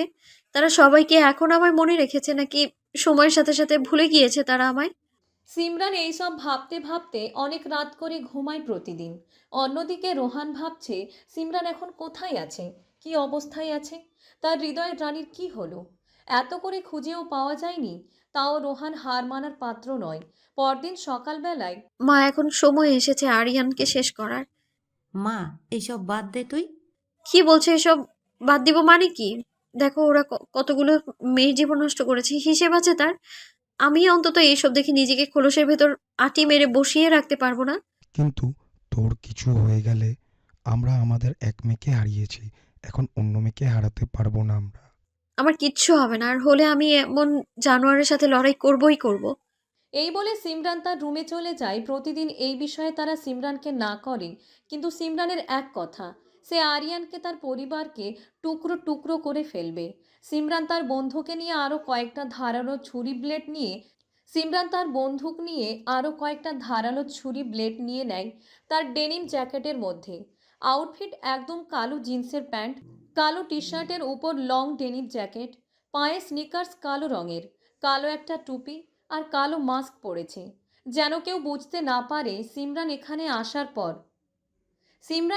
আসার পর থেকে তাকে লুকিয়ে থাকতে হয়। দেখতে একদম মাফিয়া মেয়েদের মতো। রাতে বাসা থেকে বের হয় কাউকে না জানিয়েই, কারণ কেউ জানলে তাকে ঘর থেকে বের হতে দিবে না। রফিক সাহেবের বাসা থেকে কিছুটা দূরে একটা আড্ডাখানা আছে, যেখানে প্রতিদিন রাতে আরিয়ান সহ আরও কয়েকটা বখাটে ছেলে সেখানে বসে জুয়া খেলে, নেশাদ্রব্য পান করে, আর কোনো মেয়েকে যেতে দেখলে সেই মেয়েকে ধর্ষণের সম্মুখীন হতে হয়। সিমরান সেখান দিয়েই যাচ্ছিল, উদ্দেশ্য আরিয়ানের দৃষ্টি আকর্ষণ করা, আর তার উদ্দেশ্যই সফল হলো। আরিয়ান সিমরানকে দেখে সিজ বাজাতে থাকে, আর সিমরানের পিছনেই ছেলেগুলোর সাথে যায়। সিমরান পিছু ফিরে আর আরিয়ান নেশাগ্রস্ত সুরে বলে, ওই সুন্দরী, কোথায় যাও এত রাতে? চলো আমার সাথে, তুমি আমি দুজনে মিলে মজা করব। চলো, কিন্তু তোমার সাথে ওদেরকে নিবে না, ঠিক আছে? আচ্ছা। আর ছেলেগুলোর উদ্দেশ্যে বলল, তোরা থাক, আমিই যাব আজকে, তোরা পরে যাবি। ওকে বস। সিমরান আরিয়ানকে নিয়ে চলে যায় একটা জঙ্গলের দিকে, আর সেখানে নিয়ে গিয়ে সিমরান তার পকেট থেকে একটা ইঞ্জেকশন নিয়ে আরিয়ানের হাতের পেশিতে পুশ করে দেয়, যার ফলে কিছু সময়ের মধ্যে আরিয়ান জ্ঞান হারিয়ে মাটিতে লুটিয়ে পড়ে। আর সিমরান আরিয়ানের হাতের আঙ্গুলগুলো কেটে দেয়, পায়েরগুলো। আরিয়ান ছটফট করছে, কিন্তু কিছু করতে পারছে না, আর না চিৎকার করতে পারছে। এদিকে আরিয়ানের প্যান্টের উপর দিয়ে সিমরান তার অন্তঃকোষে ছুরি দিয়ে বারবার আঘাত করছে, আর রক্তে পুরো জায়গাটা ভরে গেছে। তার মুখ থেকে নাক আলাদা করে দেয়, চোখ তুলে দেয়। মারা গেছে, জানোয়ার মারা গেছে। এখন বাকিদের পালা বলে চলে যায়, আর সেখান থেকে অন্য একটি ছেলেকে ডেকে আনে, আর একই অবস্থা করে বাকিদেরও একই অবস্থা করে, কিন্তু বিভিন্ন জায়গায় যেন বুঝতে অসুবিধে হয়। ছেলেগুলো অতিরিক্ত পরিমাণে নেশাগ্রস্ত হওয়ায় তাদের খেয়াল শক্তি তখন এতটাও ছিল না বিধায় সিমরান নিজের কাজ ঠিক মতো করতে পারে না। পরদিন রফিক সাহেব তাদের ড্রয়িং রুমে বসে টিভি চালু করতেই প্রতিটা খবরে দেখেন পঞ্চগড় মহারাজা দিঘির এলাকায় এই 5 জন ছেলের লাশ উদ্ধার করা হয়। এলাকাবাসী জানান তাদের মধ্যে কেউ সকালবেলায় হাঁটতে বের হয়েছে, আর তার চোখের সামনেই পড়ে এই লাশগুলো। এত নৃশংসভাবে কে হত্যা করেছে তাও এলাকাবাসীর মতিন মাতব্বরের আরিয়ানকে। মতিন মাতব্বর তার একমাত্র ছেলে আরিয়ানকে হারিয়ে কান্নায় ভেঙে পড়েন। তার স্ত্রী রাশিদা বেগম অজ্ঞান হয়ে গেছেন। মতিন মিয়া মাতব্বর অজ্ঞান হয়ে গেছেন। কে বা কারা তাদের হত্যা করেছে তা জানতে চোখ রাখুন এই চ্যানেলে। সিমরান 2 তলার সিঁড়ি দিয়ে সবটাই দেখে, আর হেডলাইনে বলা কথাগুলো শুনে সিমরান তার সাউন্ড বক্সে গান লাগায়, আফগান জলেবি গানটা। সাউন্ড বক্সের ভলিউম ফুল উপর থেকে জোরে জোরে হাসতে হাসতে এই গানটা চালিয়ে দেয়। গানের আওয়াজে রফিক সাহেব আর রাবিয়া উপরে তাকায়, আর দেখে সিমরান সাউন্ড বক্স নিয়ে নিচে নামছে। দেখেই বুঝে ফেলে এটা সিমরানের কাজ ছাড়া আর কারোর না। তার কাণ্ডে তারা দুজন হতবাক। গান পুরোটা শেষ হলে সাউন্ড বক্স অফ করে সিমরান তাদেরকে বলে, সবাই সবার পাপের শাস্তি পাবে। মা, বাবা, কেমন হলো এরকম শাস্তি? যে যেমনই করেছে, কিন্তু এটা ঠিক হয়নি। একদম ঠিক কাজ করেছিস সিমরান। এইসব ছেলেদের এরকম শাস্তি প্রযোজ্য। আর তুমি আসো ঠিক বেঠিক নিয়ে। মা, তুমি ঠিক বলেছ, যে যেমন করেছে তার সাথে তেমনই হয়েছে। মা, তুমি ঠিক বলেছ, যে যেমন করেছে তার সাথে তেমনটাই হয়েছে। হুম। পরক্ষণে সিমরান বলে ওঠে, মা, বাবা, আমার এখন বাসায় যাওয়া উচিত, কারণ আমি আমার কাজটা সম্পূর্ণ করে ফেলেছি। এখন আর কোনো বিপদ হবে না কারো, আর হলে আমাকে জানিয়ে দেবেন আপনারা। আমি আজকেই বাসায় যাব। 5টা মাস হয়ে গেল, এখনো আমাদের মেয়ের কোনো খবর পাওয়া যায়নি। ফাইজা দরজার দিকে এদিকে ওইদিকে তাকিয়ে বলে। কিন্তু আমার সিমরান তো ওইখানে কি সুন্দর করে হাসছে। সিমরানের শোকে একদম ঠিক নেই ফাইজা। সবাই এখনও সিমরানকে ভুলতে পারেনি, আর ভুলবেই বা কেমনে। সিমরান যে খুব অভিমানী আর বায়নাবতী ছিল। সিমরান বাসায় আসার জন্য রেডি হচ্ছে, কিন্তু রাবেয়ার চোখে পানি টলমল করছে। তার ইচ্ছে করছে না সিমরানকে যেতে দিতে, কিন্তু বেঁধে রাখতেও পারবে না। তার বাবা মাকে কিছু না বলেই এই কয়েকদিন না কয়েক মাস এখানে থেকেছে, আবার ফোন করেও কাউকে কিছু জানায়নি। মা, আমি একাই চলে যাব আমার বাইকে করে। একা তোকে যেতে দিব না, তোর বাবাকে বলছি তোকে দিয়ে আসবে। না, আমি একাই যাব, বাবার সমস্যা হতে পারে, আমি কোনো রিস্ক নিতে চাই না। বলে রেডি হয়ে নিচে আসে আর সবার থেকে বিদায় নিয়ে সকাল সকাল বেরিয়ে যায়। আজকেও একদম সব কালো পরেছে। কালো রঙের কার্গো জিন্স, কালো রঙের cut out front full sleeve গেঞ্জি, কালো রঙের হুডি, কালো বুট জুতা, কালো হেলমেট পরে বাহিরে আসে। তার বাইক নিয়ে বেরিয়ে যায়। এই বাইকটা রফিক সাহেব আর রাবিয়া মিলে কিনে দিয়েছিল। বিদায় নিয়ে বেরিয়ে যায় সিমরান ঢাকার উদ্দেশ্যে। 10 ঘন্টা পর বাইকে 10 ঘন্টা জার্নির পর সিমরান বাসায় আসে আর গার্ডদের বলে গেট খুলে দিতে, কিন্তু কেউ চিনতে পারে না, তাই বলে খুলে দেয় না। সিমরানের রাগ উঠে যায় আর দাঁতে দাঁত চেপে বলে, আমি এই বাড়ির মেয়ে সিমরান। সাথে সাথে গার্ডগুলো মাথা নিচু করে ক্ষমা চায় আর গেট খুলে দেয়। গেটের ভিতরে যাওয়ার সাথে সাথে গার্ডরা গেট আটকে দেয় আর সিমরান তার বাইক তাদের নির্দিষ্ট করা গ্যারেজে রেখে দেয়। আর হেলমেট পরা অবস্থাতেই বাড়ির কলিং বেলে চাপ দেয়। 2-3 বার বাজার পর সিফা এসে দরজা খুলে দেয়। সিফা চিনতে পারে না হেলমেট ছিল বলে। সিমরান ড্রয়িং রুমে চোখ বুলায়, দেখে রোহানদের বাসার সবাই আর সিমরানদের বাসার সবাই বসা। সে ভিতরে আসে আর হেলমেট খুলে দেয়। সবাই অবাক হয়ে তাকিয়ে আছে। সিমরান দৌড়ে গিয়ে তার মা বাবাকে জড়িয়ে ধরে আর তারা কান্নায় ভেঙে পড়ে। এখনও সবাই অবাক দৃষ্টিতে তাকিয়ে আছে তার দিকে। রোহানও সেখানে বসা ছিল। তারপর সবাই সিমরানকে এটা ওটা বলতে থাকে, কোথায় ছিল এতদিন, কিভাবে ছিল, কার কাছে ছিল, আরও অনেক প্রশ্ন। সিমরানও সবাইকে সব বলে, কিন্তু শুধু আরিয়ানের দলকে আর নিহালকে যে সে মেরে ফেলেছে এই কথা বাদে। কারণ এগুলো জানলে আর কিভাবে হত্যা করেছে এইসব শুনলে তারা ভয় পাবে, সেজন্য। সিমরান বলে যে, জানো, আমার আম্মু আব্বুর মতোই ওইখানে দুজন ভদ্রলোক আমাকে তোমাদের মতো করেই যত্ন করেছে। তাদেরও আমার মতোই মেয়ে ছিল, কিন্তু সেখানকার কতগুলো বকাটে ছেলে তাকে তার বিয়ের দিন মেরে ফেলে। সব কিছু শুনে সবাই কিছুটা দুঃখ প্রকাশ করে। এদিকে রোহান রাগে ফেটে পড়ে ভিতর দিয়ে, কারণ একটা কল করে অন্তত বলে দিতে পারত। এখানে সবাই কতটা টেনশনে ছিল এই মেয়ের কোনো ধারণা আছে? সিমরান তাদের সাথে কথা শেষ করে রামিসাকে গিয়ে জড়িয়ে ধরে। এদিকে রামিসা কান্নায় ভেঙে পড়ে আর সিমরানকে অনেক বকতে থাকে। আরাফ গিয়ে সিমরানকে বলে, এতদিন তোকে অনেক মিস করেছিলাম রে শয়তান। আমাদেরকে অন্তত একটা বার কল করে বলে দিলে আমরা তোকে গিয়ে নিয়ে আসতাম। তারা আরও কিছুক্ষণ কথা বলতে থাকে। অনেক সময় কথা বলে সিমরান তার রুমে চলে যায়। রুমে গিয়ে বাঁধে আরেক বিপত্তি। সারাদিন অনেক ক্লান্ত ছিল, তাও তাদের সময় দিয়েছে, কিন্তু এখন আবার রোহান তার পিছু পিছু এসেছে তার রুমে। সিমরান রুমে আসতেই তার পিছু করে রোহান, এসে দরজা আটকে দেয় আর সিমরানকে হ্যাঁচকা টানে রোহানের দিকে ঘুরিয়ে ফেলে আর রেগে বলতে থাকে, এই মেয়ে, তোমার কি বুদ্ধি সত্যি লোপ পেয়েছে? না। রোহান রাগে জোরে জোরে বলতে থাকে, তাহলে একটাবার ফোন করে বাসার কাউকে জানালে না কেন? বাসায় যে সবাই টেনশন অবস্থা খারাপ হয়ে গেছে, তার কোনো আইডিয়া আছে তোমার? দেখুন, আমার সেখানে কাজ ছিল, তাই কাউকে কিছুই জানাইনি। আর যদি তখন জানতাম, তখন আরো বেশি চিন্তা করতো সবাই। কি হয়েছে? সিমরান কিছু না ভেবেই সব কিছু বলে দেয়। সব শুনে রোহানের অনেক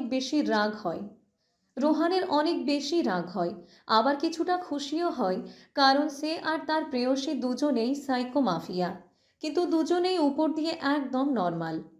বাবা, তবে এতদিন কি আমার কথা মনে পড়েনি? না পারার কি আছে? সিমরানের এমন গা ছাড়া কথাই রেগে চলে যায়। চলে যাওয়ার পর সিমরান হাসতে থাকে, তবে এটা নতুন করে আবার প্রেমে পড়ার হাসি। সিমরান ফ্রেশ হয়ে এসে বিছানায় গা এলিয়ে দেয় আর সাথে সাথে ঘুমের রাজ্যে পাড়ি দেয়। কিছুক্ষণ পর রোহান এসে তার পাশে একটা চেয়ার টেনে বসে, একদম সিমরানের মুখ বরাবর। কিছুক্ষণ তাকিয়ে থাকে আর টুপ করে কপালে একটা কিস দিয়ে দেয়। তবে সিমরান গভীর ঘুমে থাকায় তার তার আয়ু পর্যন্ত যায়নি। সন্ধ্যার পরে সিমরান ঘুম থেকে উঠে নিচে যায় আর বিভিন্ন ধরনের রান্নার ঘ্রাণ তার নাকে আসে। ড্রয়িং রুম জুড়ে সবার কথা ভেসে আসছে, সবার সাথে সিমরানও আড্ডা দিতে বসে। কথায় কথায় সিফার বিয়ের কথা উঠে। সাইফ খান বলছে, সিফার বিয়ে দিতে হবে, আমি যেহেতু ওর বাবা, আর এই দিকটাও আমার সামলাতে হবে। সবাই তার কথাই সাই দেয়। সাইফ খান আবারও বলেন, সামনের রবিবার সিফাকে দেখতে আসবে। সিফাকে ডেকে আনে রান্নাঘর থেকে আর সাইফ খানের পাশে বসায় আর মাথায় হাত বুলিয়ে বলতে থাকে, সিফা মা, সামনের রবিবার তোকে এক জায়গা থেকে দেখতে আসবে, তুই রেডি থাকিস কেমন? আচ্ছা। দেখ মা, মন খারাপ করিস না। সিফা, দেখ মা, সব মেয়েদেরকেই একটা সময় পর তার নিজের বাড়ি পর করে স্বামীর বাড়িটাকে আপন করতে হয়।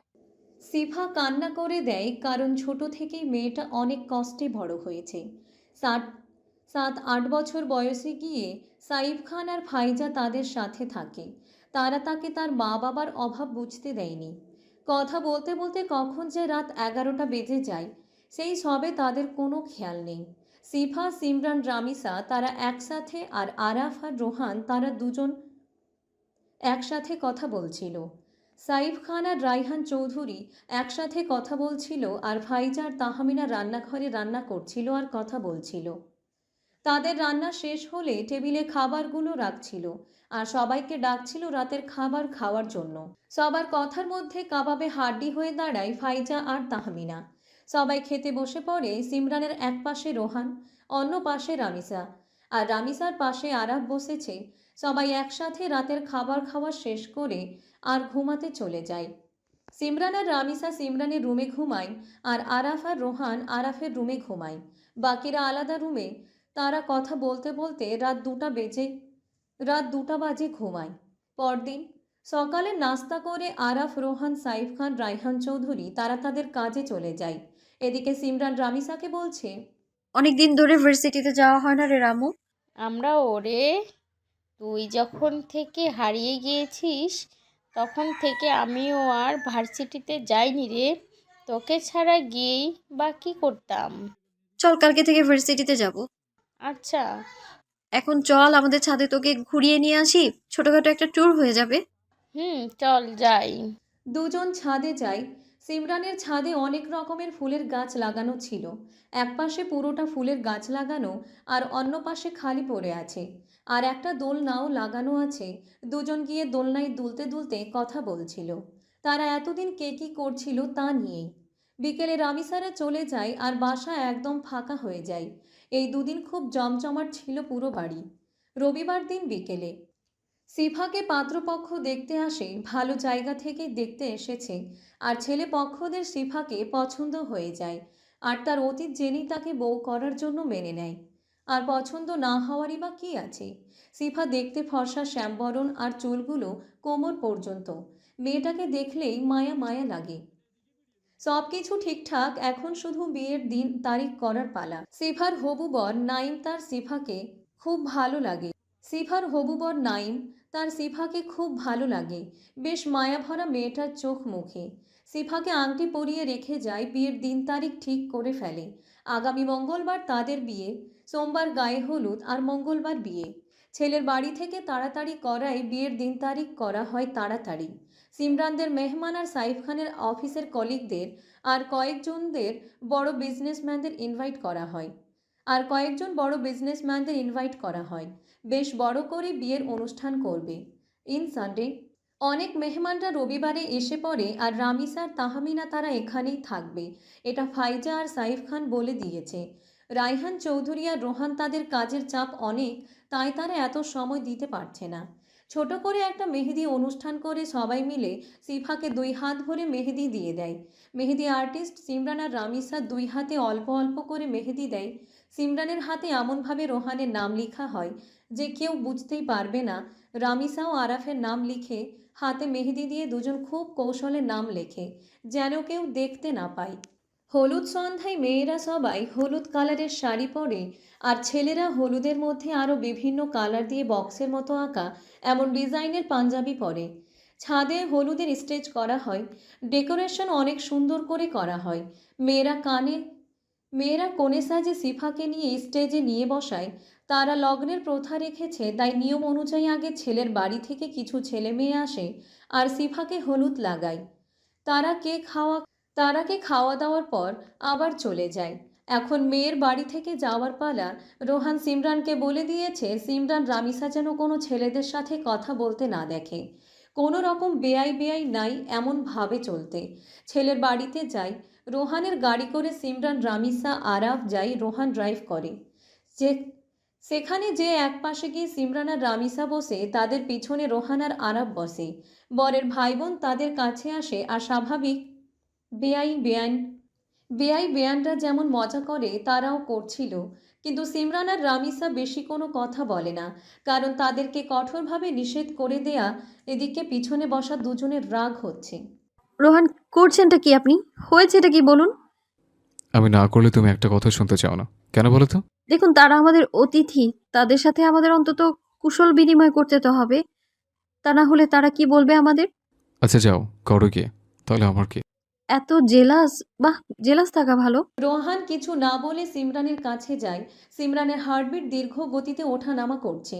রোহান শান্তভাবে বলে, আমার অনেক জেলাস হয়, বুঝলে? যখন কোনো ছেলে তোমার সাথে কথা বলতে আসে, তখন মনে হয় তাকে খুন করে ফেলে। সিমরান কিছু বলছে না, এক মনে চেয়ে আছে রোহানের দিকে। কিছু সময় পর বলে, একটা কথা জানেন, এটা আপনার থেকে লুকিয়েছিলাম আমি। রোহান ভ্রু কুঁচকে বলে, মানে কি কথা?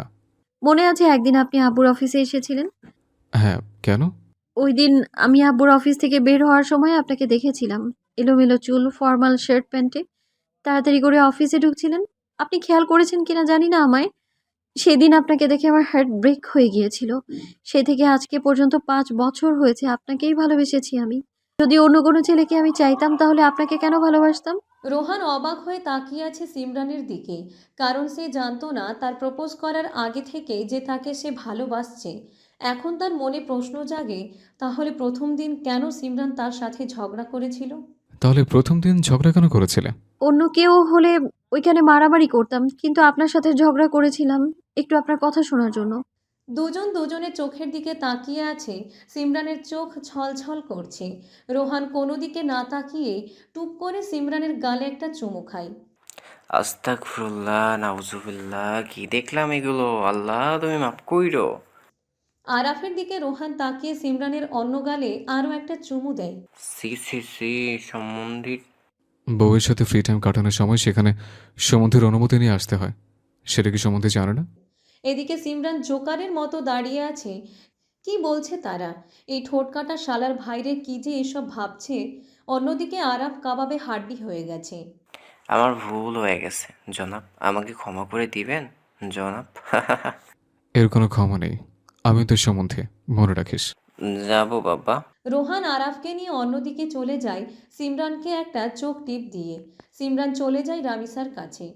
কই ছিলি রে এত সময়? বাহ বাহ, ভালো ভালো। তা ভাবিজান কি খবর? তোর ভাইয়ের কাছে। এই তো আলহামদুলিল্লাহ। ননদিনী, ভালো। তোমার কি খবর? একদম ঝাক্কাস ভাবিজান। সিফাকে হলুদ লাগানো কাজ শেষ করে তারা আরও আনন্দ করে রাত 1:30টার সময় যার যার রুমে চলে যায়, না হলে সকালে উঠতে দেরি হয়ে যাবে। সকালবেলায় সবাই ঘুম থেকে উঠে পড়ে। আরাফ আর রোহান দুজন আজকে খুব ব্যস্ত, অনেক কাজ তাদের সম্পূর্ণ করতে হচ্ছে। এদিকে সিমরান আর রামিসা ঘুম থেকে ওঠার নামই নেই। সকাল 10টার দিকে সিমরান ঘুম থেকে উঠে জানালা দিয়ে বাহিরের দৃশ্য দেখছে এক ধ্যানে। কিছুক্ষণ পর ফাইজা দরজায় কড়া নাড়লে আর বললেন, সিমরান, উঠে পড়, আজ আর ঘুমাতে হবে না। উঠে পড়, কিছুক্ষণ পর বর আসবে, উঠে পড়। উঠে পড়েছি। রামিসাকে নিয়ে নিচে আয়, সকালের নাস্তা করে যা। আচ্ছা, আসছি। সিমরান রামিসাকে ডেকে তোলে ঘুম থেকে। ফ্রেশ হয়ে তারা নিচে গিয়ে খেয়ে নেয়, আবার উপরে তাদের রুমে আসে গোসল করে রেডি হতে হবে। অন্যদিকে সিফা পার্লারে গেছে তাদের বাসার গাড়ি করে, সাথে গার্ড আর একজন মেয়ে সার্ভেন্ট। কিছুক্ষণ পর সিমরান আর রামিসা যাবে, আর তাদের কয়েকজন বোন কাজিন যাবে। এদিকে সিমরান গোসল করে আসলে রামিসাও যায় গোসল করতে। কয়েক মিনিট পর বেরিয়ে আসে গোসল করে, আর তারা বের হয় পার্লারে যাওয়ার উদ্দেশ্যে। ওয়াও, শিফা নাইম ভাইয়া দেখলে তো একদম হার্ট অ্যাটাক করবে। হায়, তোকে আজ কত সুন্দর লাগছে রে। ঠিক বলেছি ওই শিমু। সিফাকে লজ্জা পেতে দেখে সিমরান আর রামিসা আরও একটু দুষ্টামি করতে থাকে। সবার সাজ শেষ। সিফাকে আজ লাল টুকটুকে বউ লাগছে, দেখতেও মিষ্টি একটা মেয়ে বউ লাগছে, দেখতেও মিষ্টি একটা মেয়ে, তার উপর লাল বেনারসি শাড়ি। আর সিমরান পার্পল কালারের মধ্যে কাজ করা একটা গাউন পরেছে, হালকা মেকআপ, গলায় হালকা কাজের নেকলেস, কানে ইয়াররিংস, চুলগুলো কার্ল করে একপাশে কয়েকটা এনে রাখা আর বাকিগুলো পিছনে সেট করে রাখা, ওড়না একপাশে ঝুলিয়ে রাখা। ধবধবে ফর্সা শরীরে তাকে সব কিছুই মানায়। আজকেও বেমানান কিছু নয়, খুব সুন্দর লাগছে। রামিসাও একইভাবে সাজে, কিন্তু তার ড্রেস নেভি ব্লু কালার সাজ একই রকম, তাকেও খুব সুন্দর লাগছে। সিফাকে নিয়ে তারা বাসায় আসে দুপুর 1টার দিকে। এসে একটা রুমে সিফাকে বসিয়ে দিয়ে সিমরান সিফার জন্য খাবার নিয়ে আসে আর খাইয়ে দেয়। তারা গল্প করতে থাকে। কিছুক্ষণ বাদে সিমরান তার রুমে আসে কিছু কাজের জন্য। অন্যদিকে রোহান কালো পাঞ্জাবি পরেছে, সাথে ছেলেদের পাঞ্জাবির ওড়না, চুলগুলো এলোমেলো, হাতে ব্র্যান্ডের হাতঘড়ি, লোফার জুতো। সিমরান রোহানকে দেখে আরেক দফা ধাক্কা খেয়েছে। উফ, কি সুন্দর লাগছে ভাই, একদম রসমালাই। রোহান সিমরানের সামনে গিয়ে হাত নাড়িয়ে বলে, হ্যালো মিস। সিমরান কিছু বলছে না, তাই রোহান আবারও সিমরানের বাহু ধরে হালকা ঝাঁকি দেয়। সিমরানের হুঁশ আসে আর বলে, মিস্টার রোহান, আপনাকে আজকে দেখে আমি আরেক দফা ধাক্কা খেয়েছি। এখন কি করা উচিত আমার? রোহান সিমরানের ঠোঁটের দিকে এগুতে আর হাত দিয়ে গালে স্লাইড করতে করতে বলে, আমি তোমাকে দেখে বরাবরই ধাক্কা খাই বেব। তুমি তো কিউট কেন, একদম মিষ্টির মতো। সিমরান রোহানের চোখের দিকে তাকিয়ে বলে, আমার না রসমালাই পছন্দ, আর তা যদি হয় আপনি নামক রসমালাই, তাহলে আর কোনো কথাই নেই।